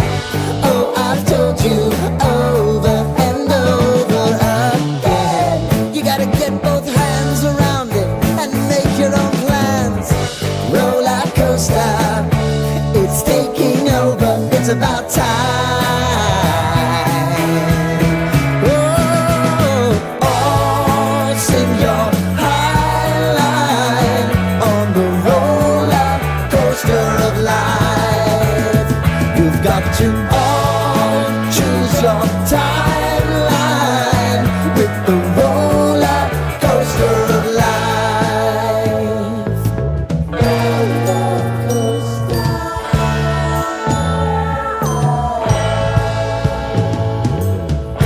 I want to go down the rabbit hole, down the rabbit hole of life.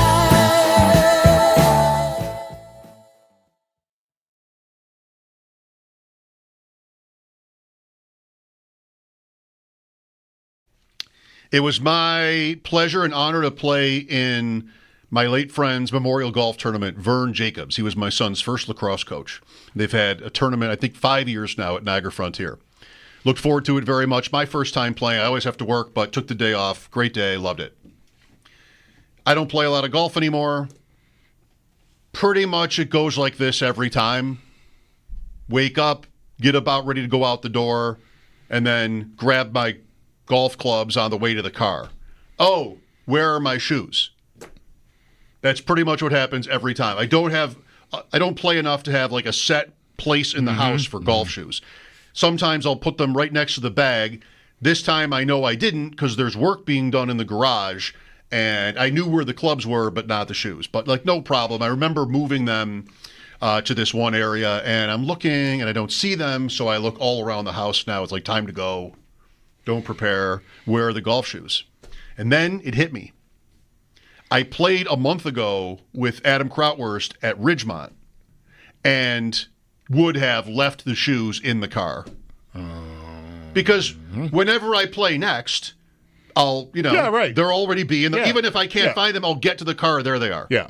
That was my thinking. I have almost always had a pair of golf shoes in my truck. Okay. So, fine. I sort of come to the conclusion that that's where they must be. And then I realize my car is not with me. Right. My car is in for service, and the tournament's in an hour. And so, no golf shoes. Do I have time to buy them? Do I even want to buy them? What if I don't? Where am I left here? Can I play in sneakers? Is that even something you can do? So, my mind is scrambling now. Like, can I go get the shoes out of the other car? Am I going to go to a store? Is there a pro shop? Is there a pro shop at the course I'm going to? These are all the questions. Before I get to any of those options, the pile of shoes where I would have put the golf shoes the first time has all kinds of shoes from the past. This is like winter boots. You leave them in this pile in the basement. This is your life shoes. I mean, I don't throw them out.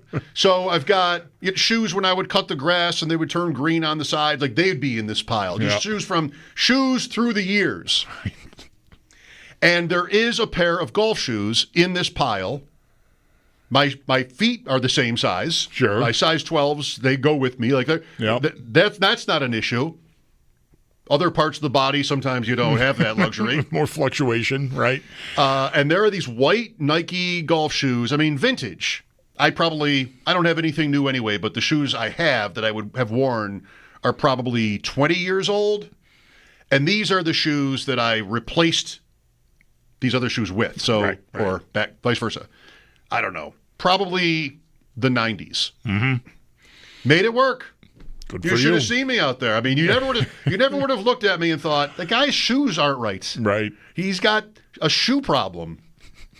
It's more a swing problem, but maybe the shoes aren't the problem here. Vintage shoes. Nice. I got through just fine. So I was worried for a minute. They didn't fall apart on you or anything? No, not at all. When I started playing again here recently, this is 4 years now, so first round of golf Owen ever went to play at a golf course. We went to Dandy Farms, and I had, similarly, a pair of Nike shoes from the 90s that had been my golf. I just didn't play a lot for a long time, and so they had stayed intact, and those were my golf shoes. I never thought there was a problem. Walking off the 18th green that day, first round of that year, we're going to take up golf. I'm going to play. You're going to learn the game. I'm going to re-engage. The sole fell off of one of those shoes. Like complete, not even like, it wasn't like a thing where gradually through the day you notice like, oh, this is a problem. This is going to go. It literally, like I stepped and the sole of the shoe stayed on the ground, and I think I need some new golf shoes. Last hole. Can you believe that? Right. What do you do if it's not? I know, right? I'm out there in a golf cart in the middle of hole 12, and I would have had to stop playing. Your shoe has no bottom. Be playing barefoot. So thankfully it happened right. I took them off, put them in the trash can, and went on my way. Could you play barefoot? I suppose you probably could, but I don't know, man. I hurt my back last year going to the simulator in sneakers, thinking, because the first couple times I had gone to the first time I ever went to the simulator, I brought golf shoes with me, and the people I was meeting there were in just regular sneakers, and I kind of felt like, oh, this is not a thing. I'm not supposed to do this. So I started doing that, and last winter, my feet being so just a little less firmly planted on the ground, tweaked something in my back, and I had like a month of chiropractor to get it straight.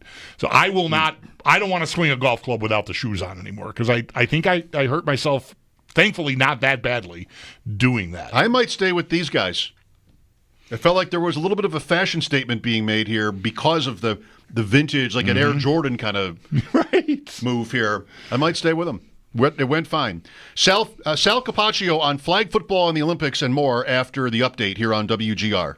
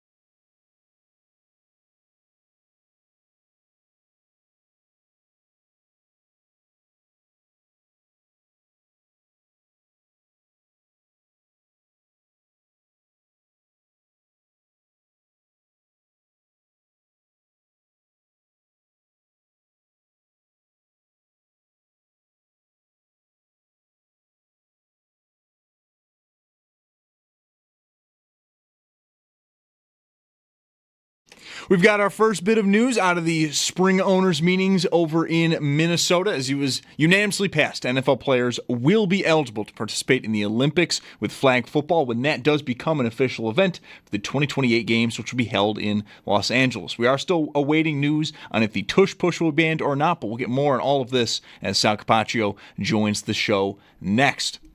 Bengals first-round rookie Shemar Stewart, he's continuing to stay on the sidelines. He's still not signed his rookie deal, and this reportedly is due to a disagreement in the contract language used in the deal.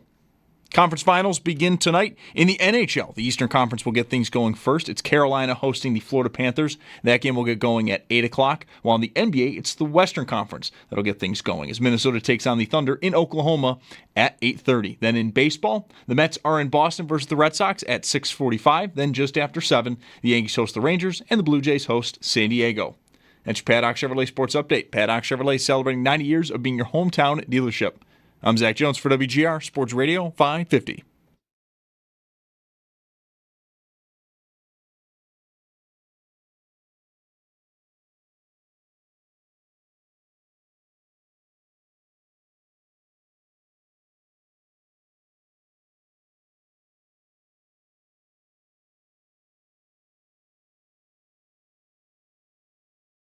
How do they do it, Bulldog? How does the NFL continue to feed us more news items? We're idiots. Are we idiots or are we grateful idiots? I'm happy to have, great, more owners meetings.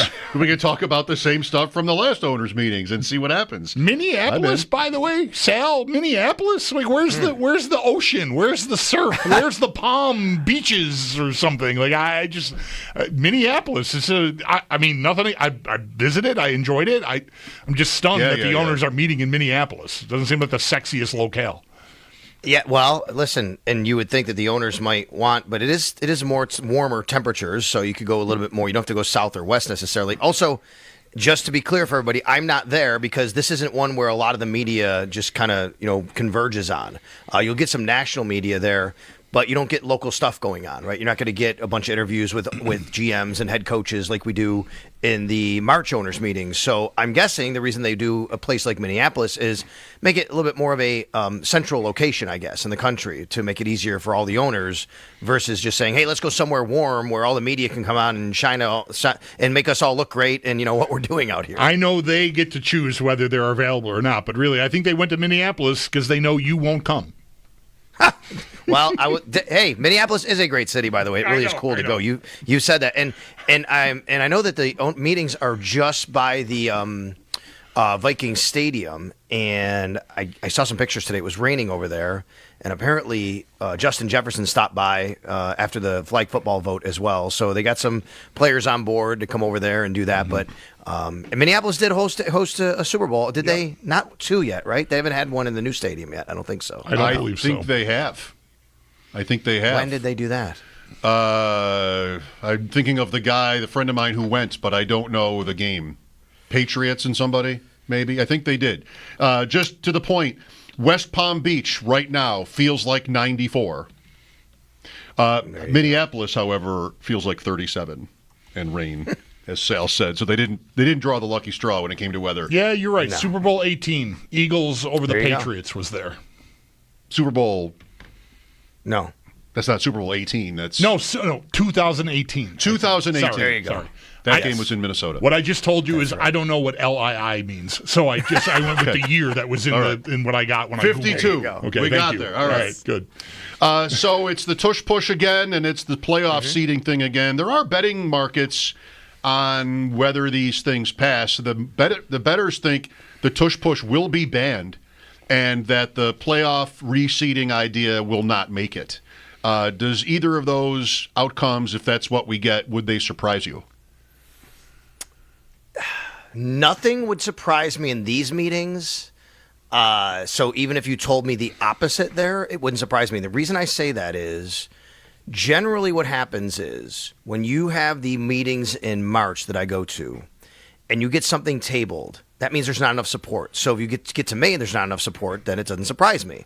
However, what a lot of times happens, and I think this is happening with the tush push or with the playoff seeding or one of them, when the league wants kind of something to happen, they table it and then they make calls and they literally do campaigning, Yes, campaigning, right. And what do you call those people in Washington? Lobbyists. Go around and lobbyists. Thank you very much. They do lobbying. Thank you, Bulldog. And they do lobbying, and you get to May, and the league kind of gets what it kind of sort of wanted, but didn't want to come out and say themselves.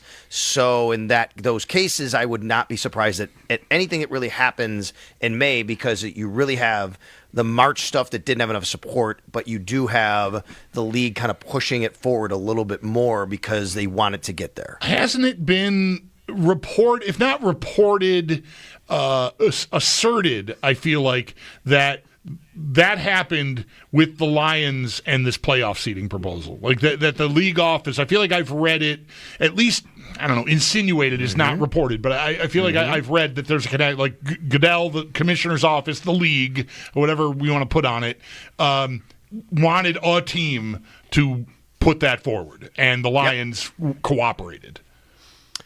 Apparently that is the case. At least that's what the tea leaves are saying. You're right. There's not something outward necessarily just saying they told them to do this, but it would make sense, right? Here's why the league wants it to pass, because from Roger Goodell's eyes, and I get this. I talked about this on Extra Point Show today and the Tush Push as well, and I'm kind of torn with this one, with the seeding, because I think that for many years you're like, okay, you win your division, like you get a home game. That's the reward. That's right. Like you win your division. It's a grueling season. You take care of business.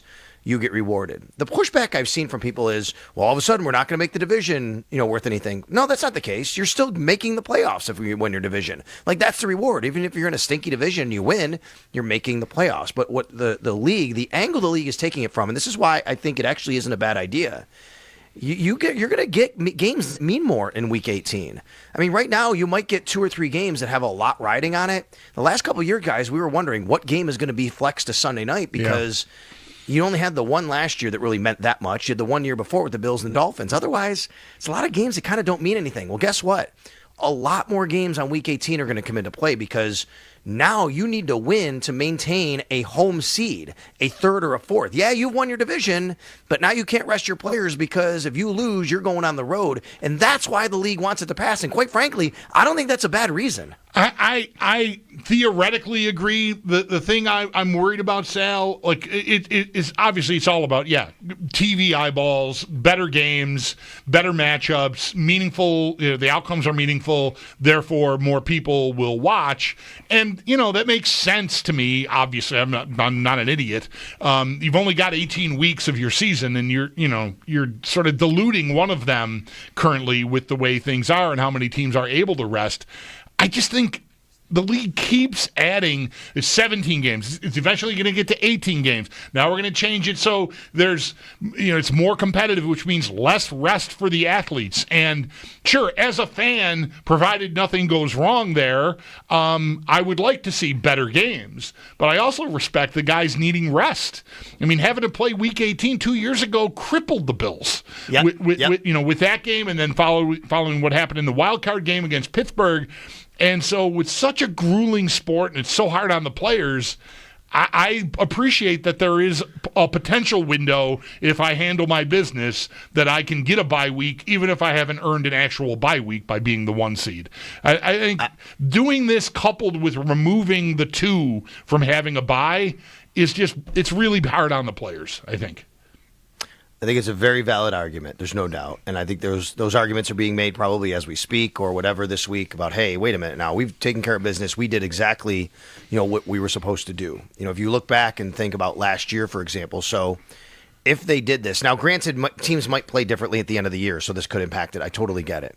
But last year, it would be drastically different in the NFC on who hosted and who didn't. In the NFC, the Lions and Eagles still would have been, if you go by what happened versus what would happen if they go to the new format, Lions and Eagles would still be 1 and 2.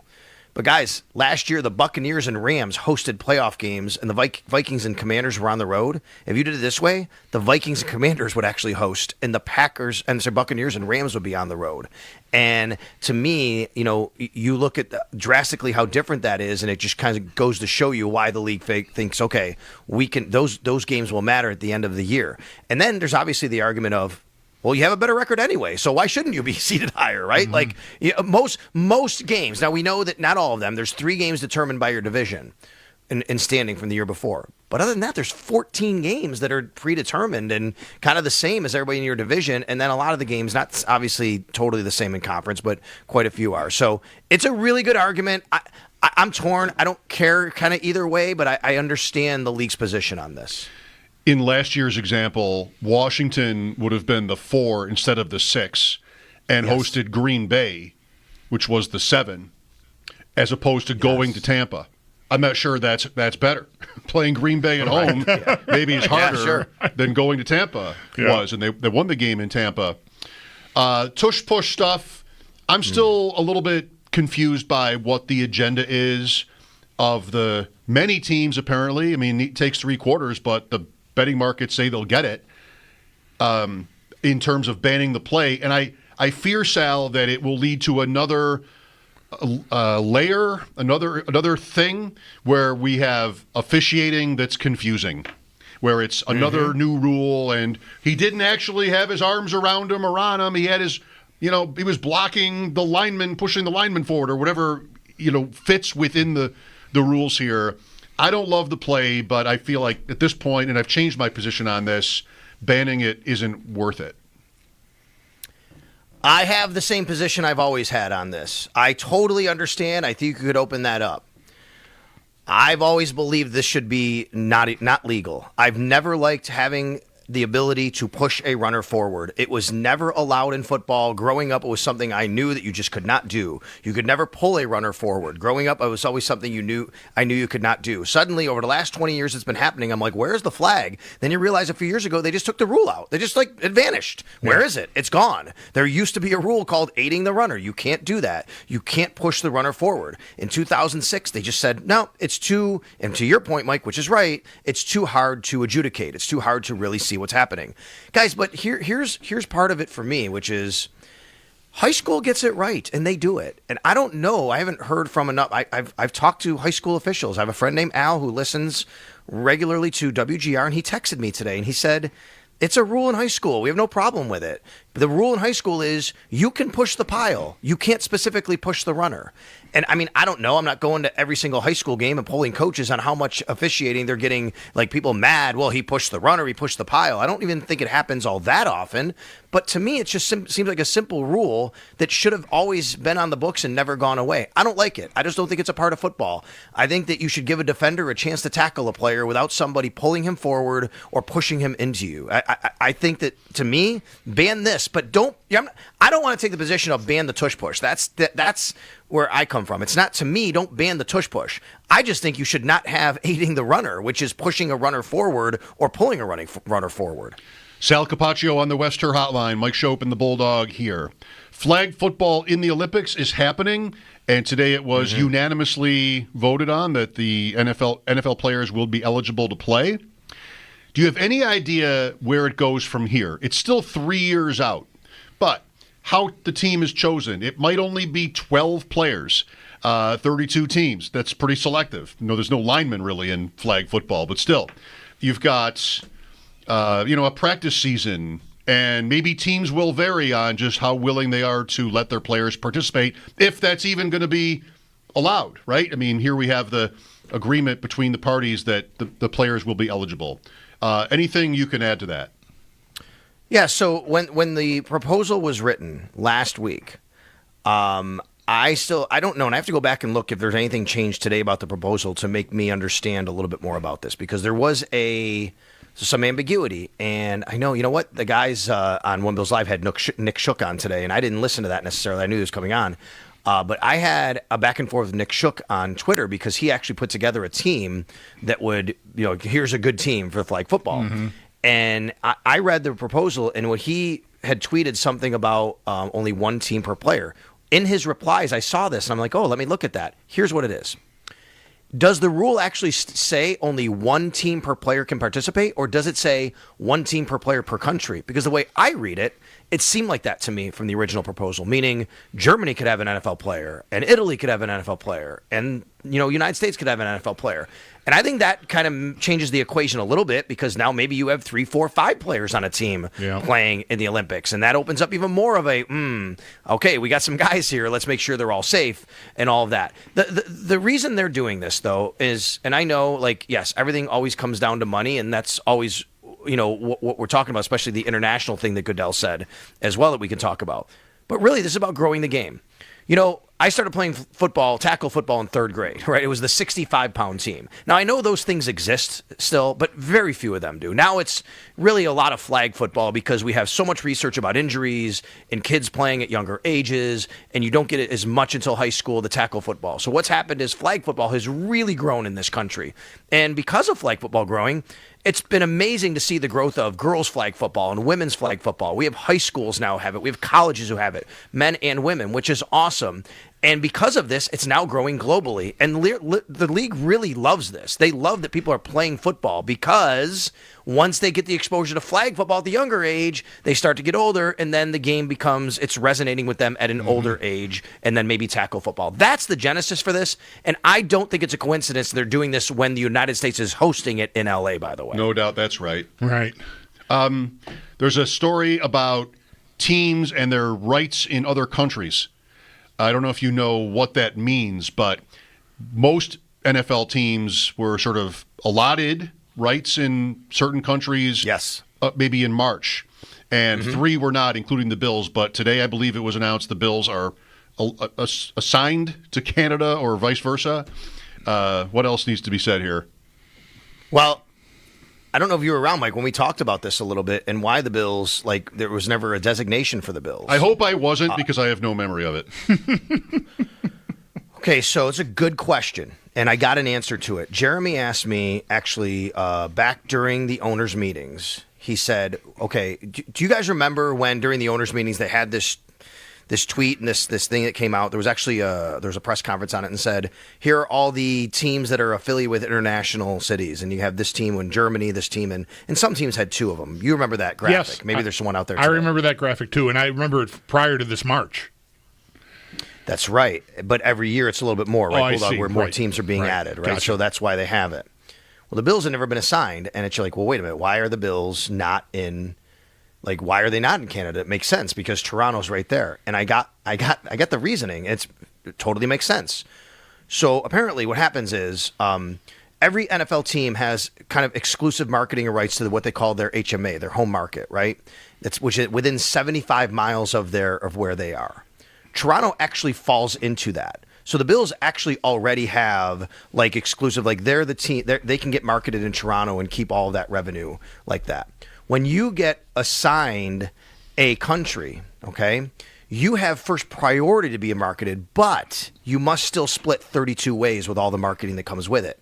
So in this case, if the Bills were assigned Canada, then even in Toronto, they would have to split all of the revenue 32 ways, even though it's Toronto. So from what I was told at the owners' meetings, and maybe this is what happened then today, is the Bills were saying, look, we have no problem. We would love to market in Canada, but you can't take away our home market area of Toronto, where we're 100% the team getting all the revenue. If that makes all the sense, right? Because if that makes sense, because the way it was set up before, if they just said, "Oh, Buffalo is Canada," well, wait a minute. Now we got to share all that money from Toronto with 32 other teams, whereas we never had to do that before, and they wanted to protect that ability. Cincinnati also is teamed up with Canada in this because there's more, right, teams than there are markets, I guess, that are in play for these things.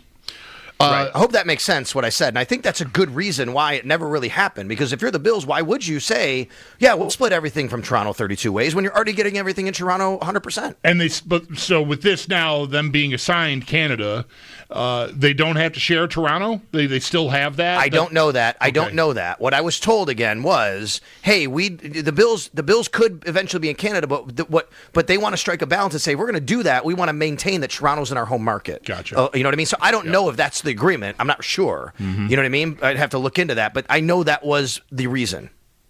Finally, maybe the Bills' preseason schedule was finalized and announced. One home game It's the first of the 3 preseason games, Saturday afternoon against the Giants, August 8th. 9th. Sorry. Tuesday 9th. August 9th, Bills are taking on the Giants at 1 p.m. That's the same night the Goo Goo Dolls are playing down at KeyBank Center, by the way. I know that because I'm a Goo Goo Dolls fan, and I was like, ooh, if the Bills are playing that weekend, hopefully it doesn't conflict. We'll see. But in the meantime, the other thing that strikes me is you have the Giants at home. I wonder, I don't know, maybe we can, ask, obviously, the Bills and Sean McDermott and Brandon Beane over the next couple of weeks at OTAs. Does that open the door to joint practices here in Buffalo leading up to that game with Joe Shane and Brian Dable and them? Maybe so. What have the Bills had any tendency to be open to that you know of, like sharing practices? It's happened, I know. Like, is it something that you know that they like to get on the docket? Well, they did it last year, so Right. remember we went to Pittsburgh last year, right? So I think from what they've always told us, Bulldog, is we're not opposed to it as long as it's the right team and situation, and that's why they did Carolina with Ron Rivera the one year, and that's why they did Mike Tomlin and the Steelers last year. Like, they want to make sure they're doing it with a team that they can trust, that they're doing it right, they're approaching it right, and they both kind of have the same mindset of how these practices want to go. So I would think because it's Joe Shane and Brian Dable, that maybe that would work out, but you never know. We'll see if there's a handshake between the coaches after this game, if it lasts longer than a millisecond. The Bills also play preseason games at Chicago and at Tampa. So just Which the is one weird, home games right? I said. Because they're playing at Tampa in the regular season as well. I'm saying they're playing the Buccaneers in the regular season as well. Yeah.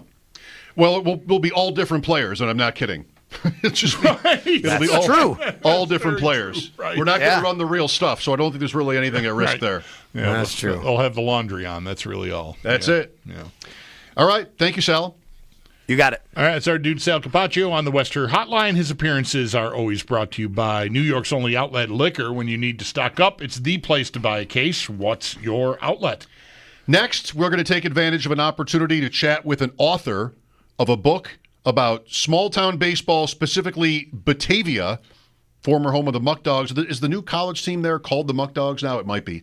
Anyway, the author's name is Will Bardenwerper.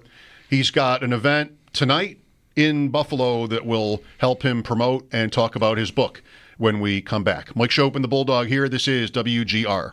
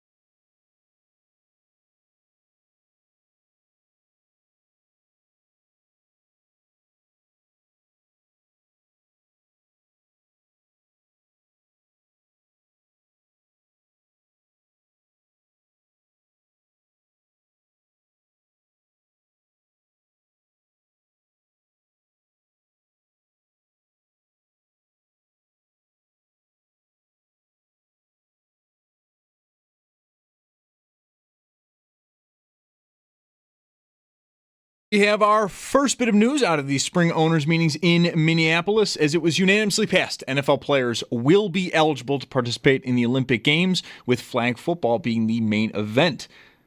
That'll be coming in 2028 when Los Angeles hosts the games. We are, though, still waiting on news if the Tush Push will get banned or not. Bears guard Joe Thuney, he signed a 2-year extension today worth $35 million. This will keep him in Chicago until after 2025, and conference finals do begin tonight. In the NHL, the Eastern Conference will get going first. It's Carolina hosting the Florida Panthers. That game will get going at 8 o'clock. Then at 8:30, it's the NBA's turn, as the Western Conference will get things going. Minnesota takes on the Thunder in Oklahoma. And in baseball, the Mets are in Boston versus the Red Sox at 6:45. And just after 7 o'clock, the Yankees host the Rangers, and the Blue Jays host San Diego. That's Paddock Chevrolet Sports Headlines. Paddock Chevrolet celebrating 90 years of being your hometown dealership. I'm Zach Jones for WGR Sports Radio 550.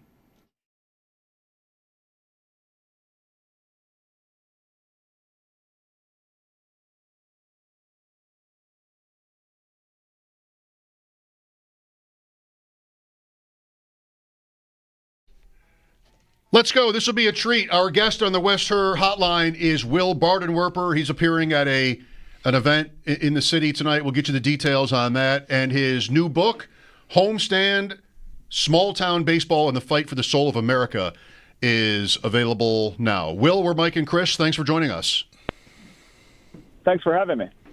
You're welcome. The Batavia Muck Dogs. I appreciate this book for, among other reasons, for getting to know a little bit more of their history and their importance, as you illustrate in the book, Homestand. How did you, I don't think you're from the area, how did you get to Batavia for this project? Well, it was kind of just a lucky coincidence. I had written an article in Harper's Magazine about the death of baseball's Appalachian minor league. I shouldn't say the death, but it was when MLB decided to essentially eliminate it, along with the 40 teams that they cut back in the initial word came out back in 2020.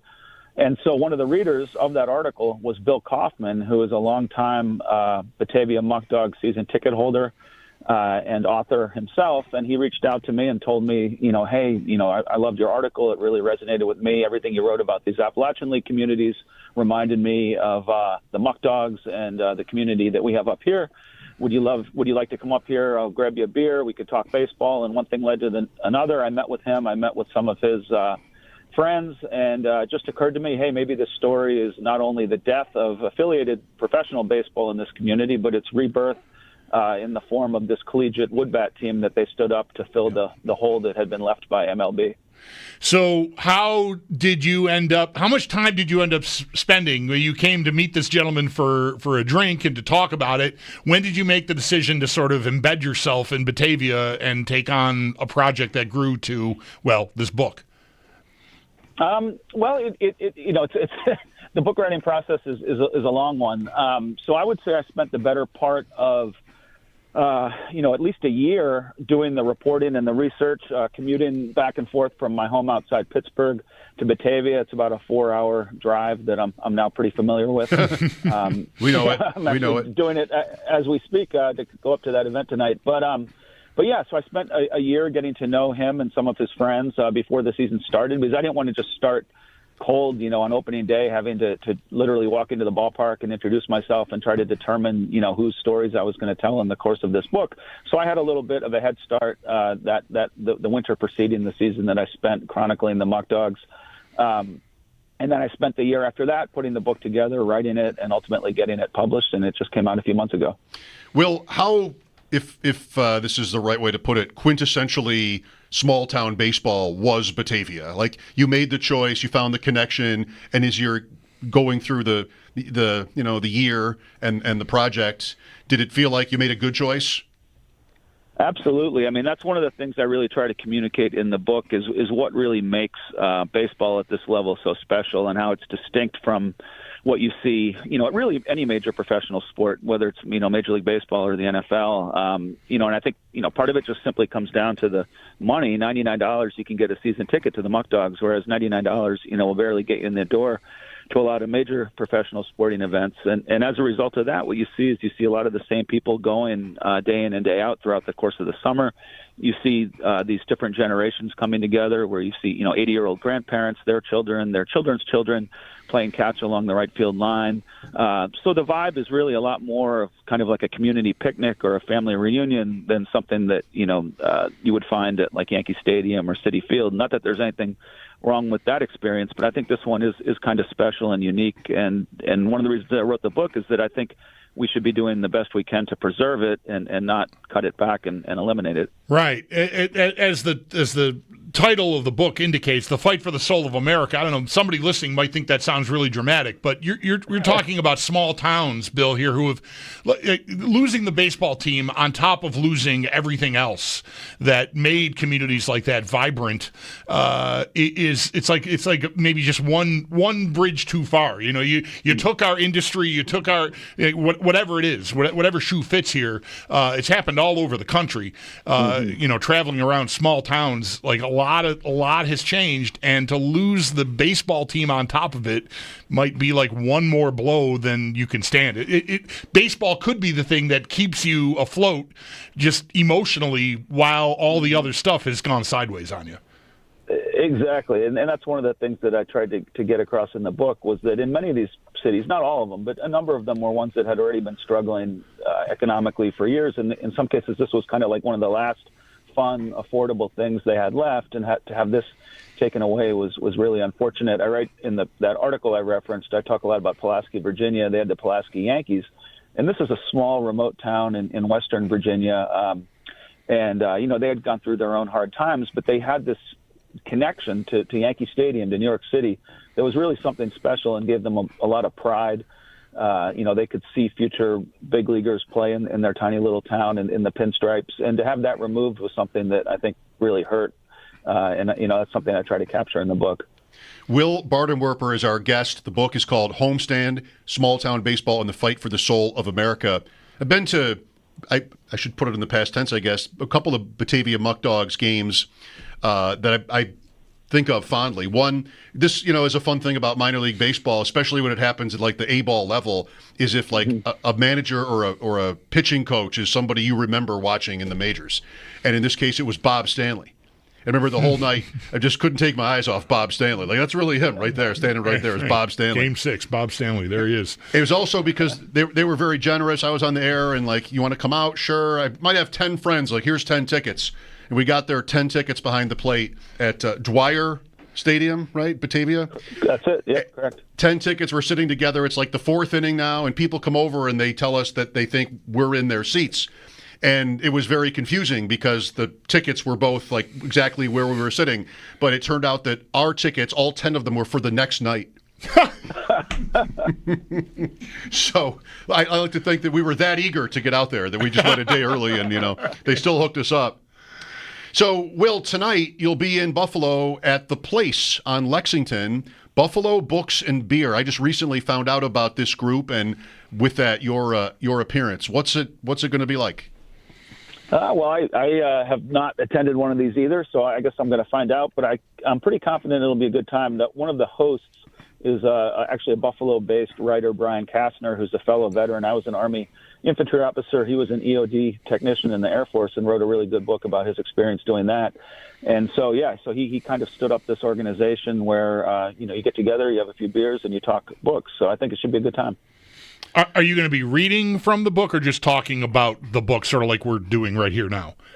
I think it's going to be, I may read a little bit, but it's going to be more of just a relaxed conversation, kind of like you'd find on like a longer form sort of podcast. So he'll have some questions for me. I'll answer them, and then hopefully we'll take some questions from the audience. Some of your guests tonight might remember Ricky Williams playing for Batavia. Yeah, well, some of the guests actually will be characters in the book, which will be interesting because it's going to be a little bit of a reunion.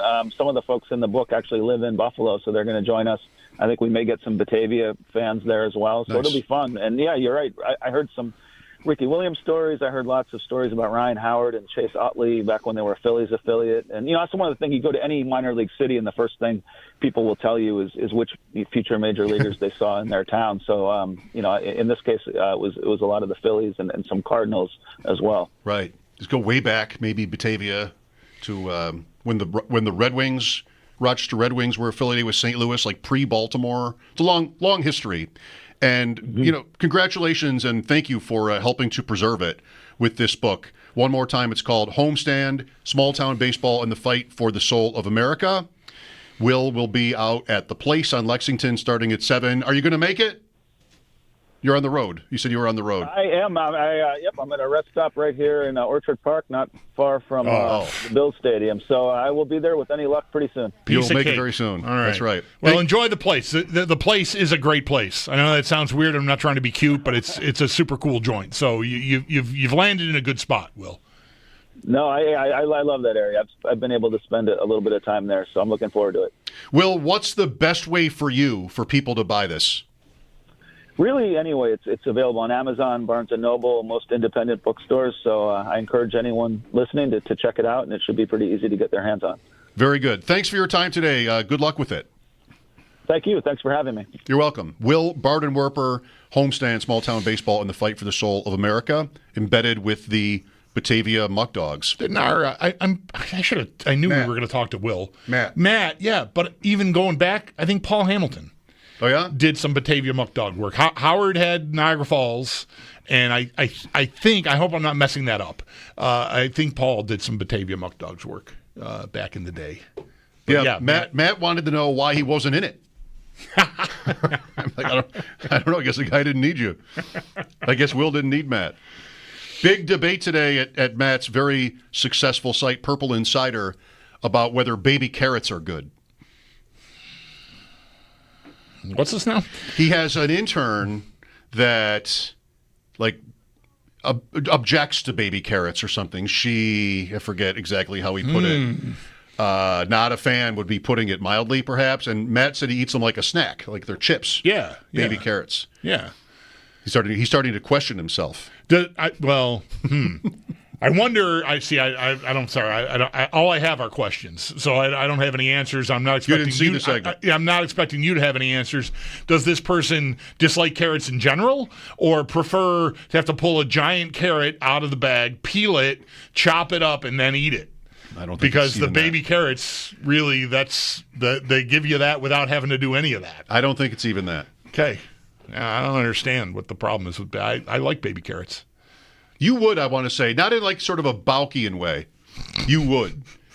But just like, in a sincere way. You would like baby carrots. If I had to guess, I'd be like, I bet you always eat them. Like 3 times a week.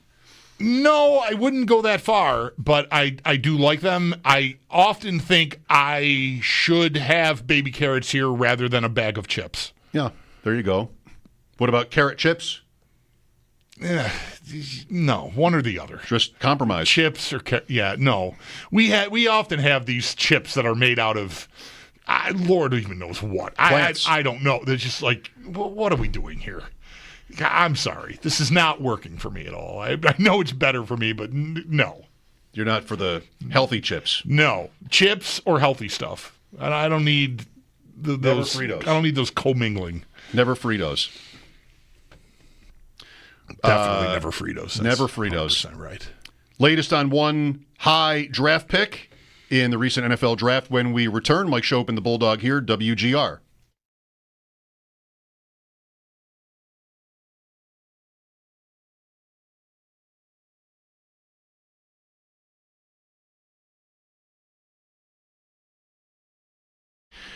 Outlet Liquor, George Urban Boulevard in Depew. Summer is coming. Memorial Day is next week. Big events coming up, or even small ones. Make sure you have stocked up and saved with Outlet Liquor. The perfect time to take advantage of bottle bundle deals. Any wine or champagne in the store priced at $13.99 or less. Get $2 off each bottle when you buy 3 or more. Go as far as a 12-bottle case. You'll save $24, and you can mix and match from your favorites among the hundreds of wines at Outlet Liquor to build your own bundle. Jack Daniel's offer through tomorrow. Spend less with outlet-priced deals on Jack Daniel's 1-liter bottles, just $29.99 each when you buy 2 or more. Mix and match from original, honey, apple, or Tennessee Fire varieties, each only $29.99. Shop in the store or online anytime at outletliquor.com. George Urban Boulevard in Depew. Outlet Liquor, what's your outlet?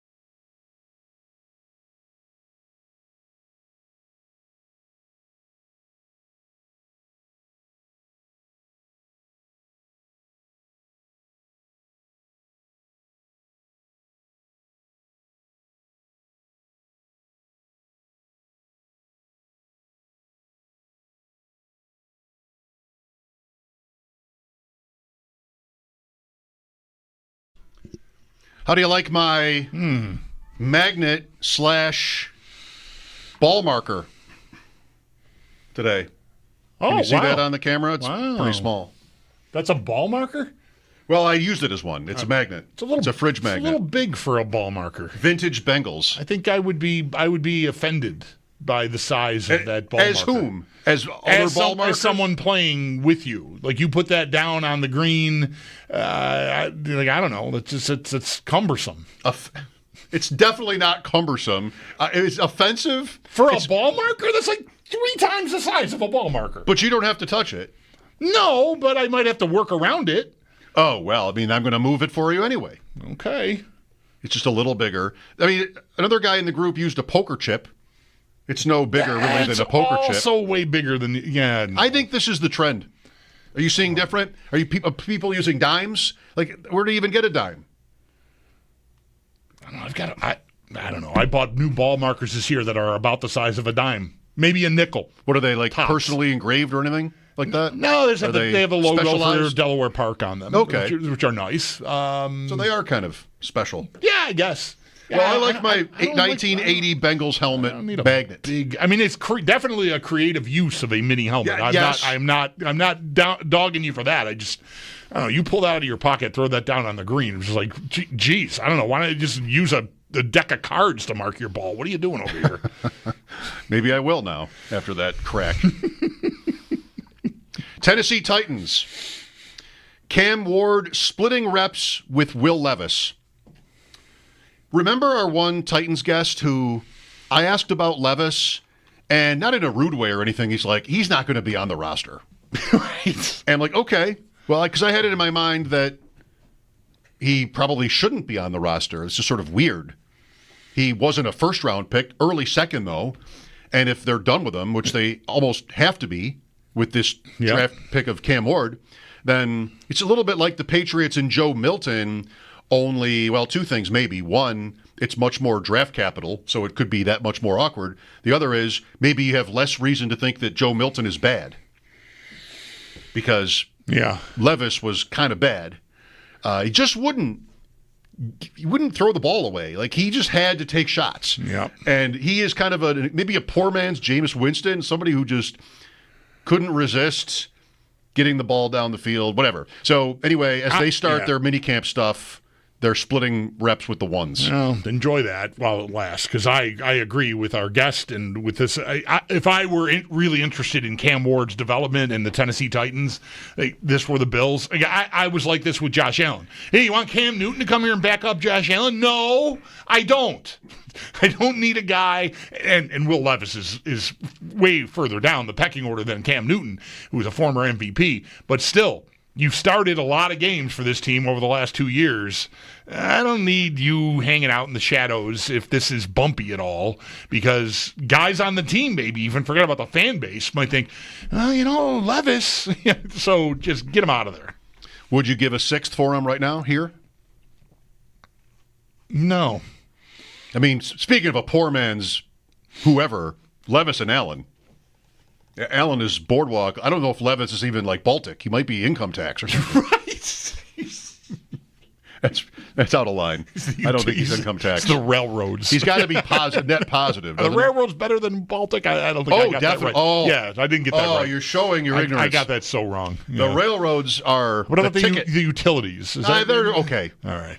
The railroads, you can just dominate monopoly with the railroads. If you get 3, you're set. The easy move is when you're playing with like kids, or even perhaps adults who want to get the game over with, because they know with Monopoly they're signing up for a lengthy session. That is often describing me. It's a terrible game, but everybody knows it. Get the railroads, and right away, deal. Maybe 2 different people have the reds. Bam, you throw a red for like B&O. Every time anybody lands on those things, $150, $200, that's just as sure as income gets. Money in the bank. That's just as sure as it gets. A sure thing. There's rarely a sure thing in life, but that is one right there. The railroads. I haven't played Monopoly since the kids were little. We had the Star Wars version of Monopoly, which I don't know. I have St. Louis Rams Monopoly. Really? Yep. I don't know why. I have no idea why, but I have St. Louis Rams Monopoly. If I find it, I'll bring it in. It should live here. In this room? Yes, it should. It should live in this room. In the corner It's perfect collecting for dust it. forever and ever. Never Yes. opened. Right. Mine is never opened. Really? Wow. Yeah. Rams Monopoly. Has the show ever sounded older? The St. Louis Rams. I don't think it has. Every once in a while, we get the opportunity to talk to Warren Sharp, and we did so today on the Bills schedule and the nuances, and there are many. We'll have that for you next here on WGR.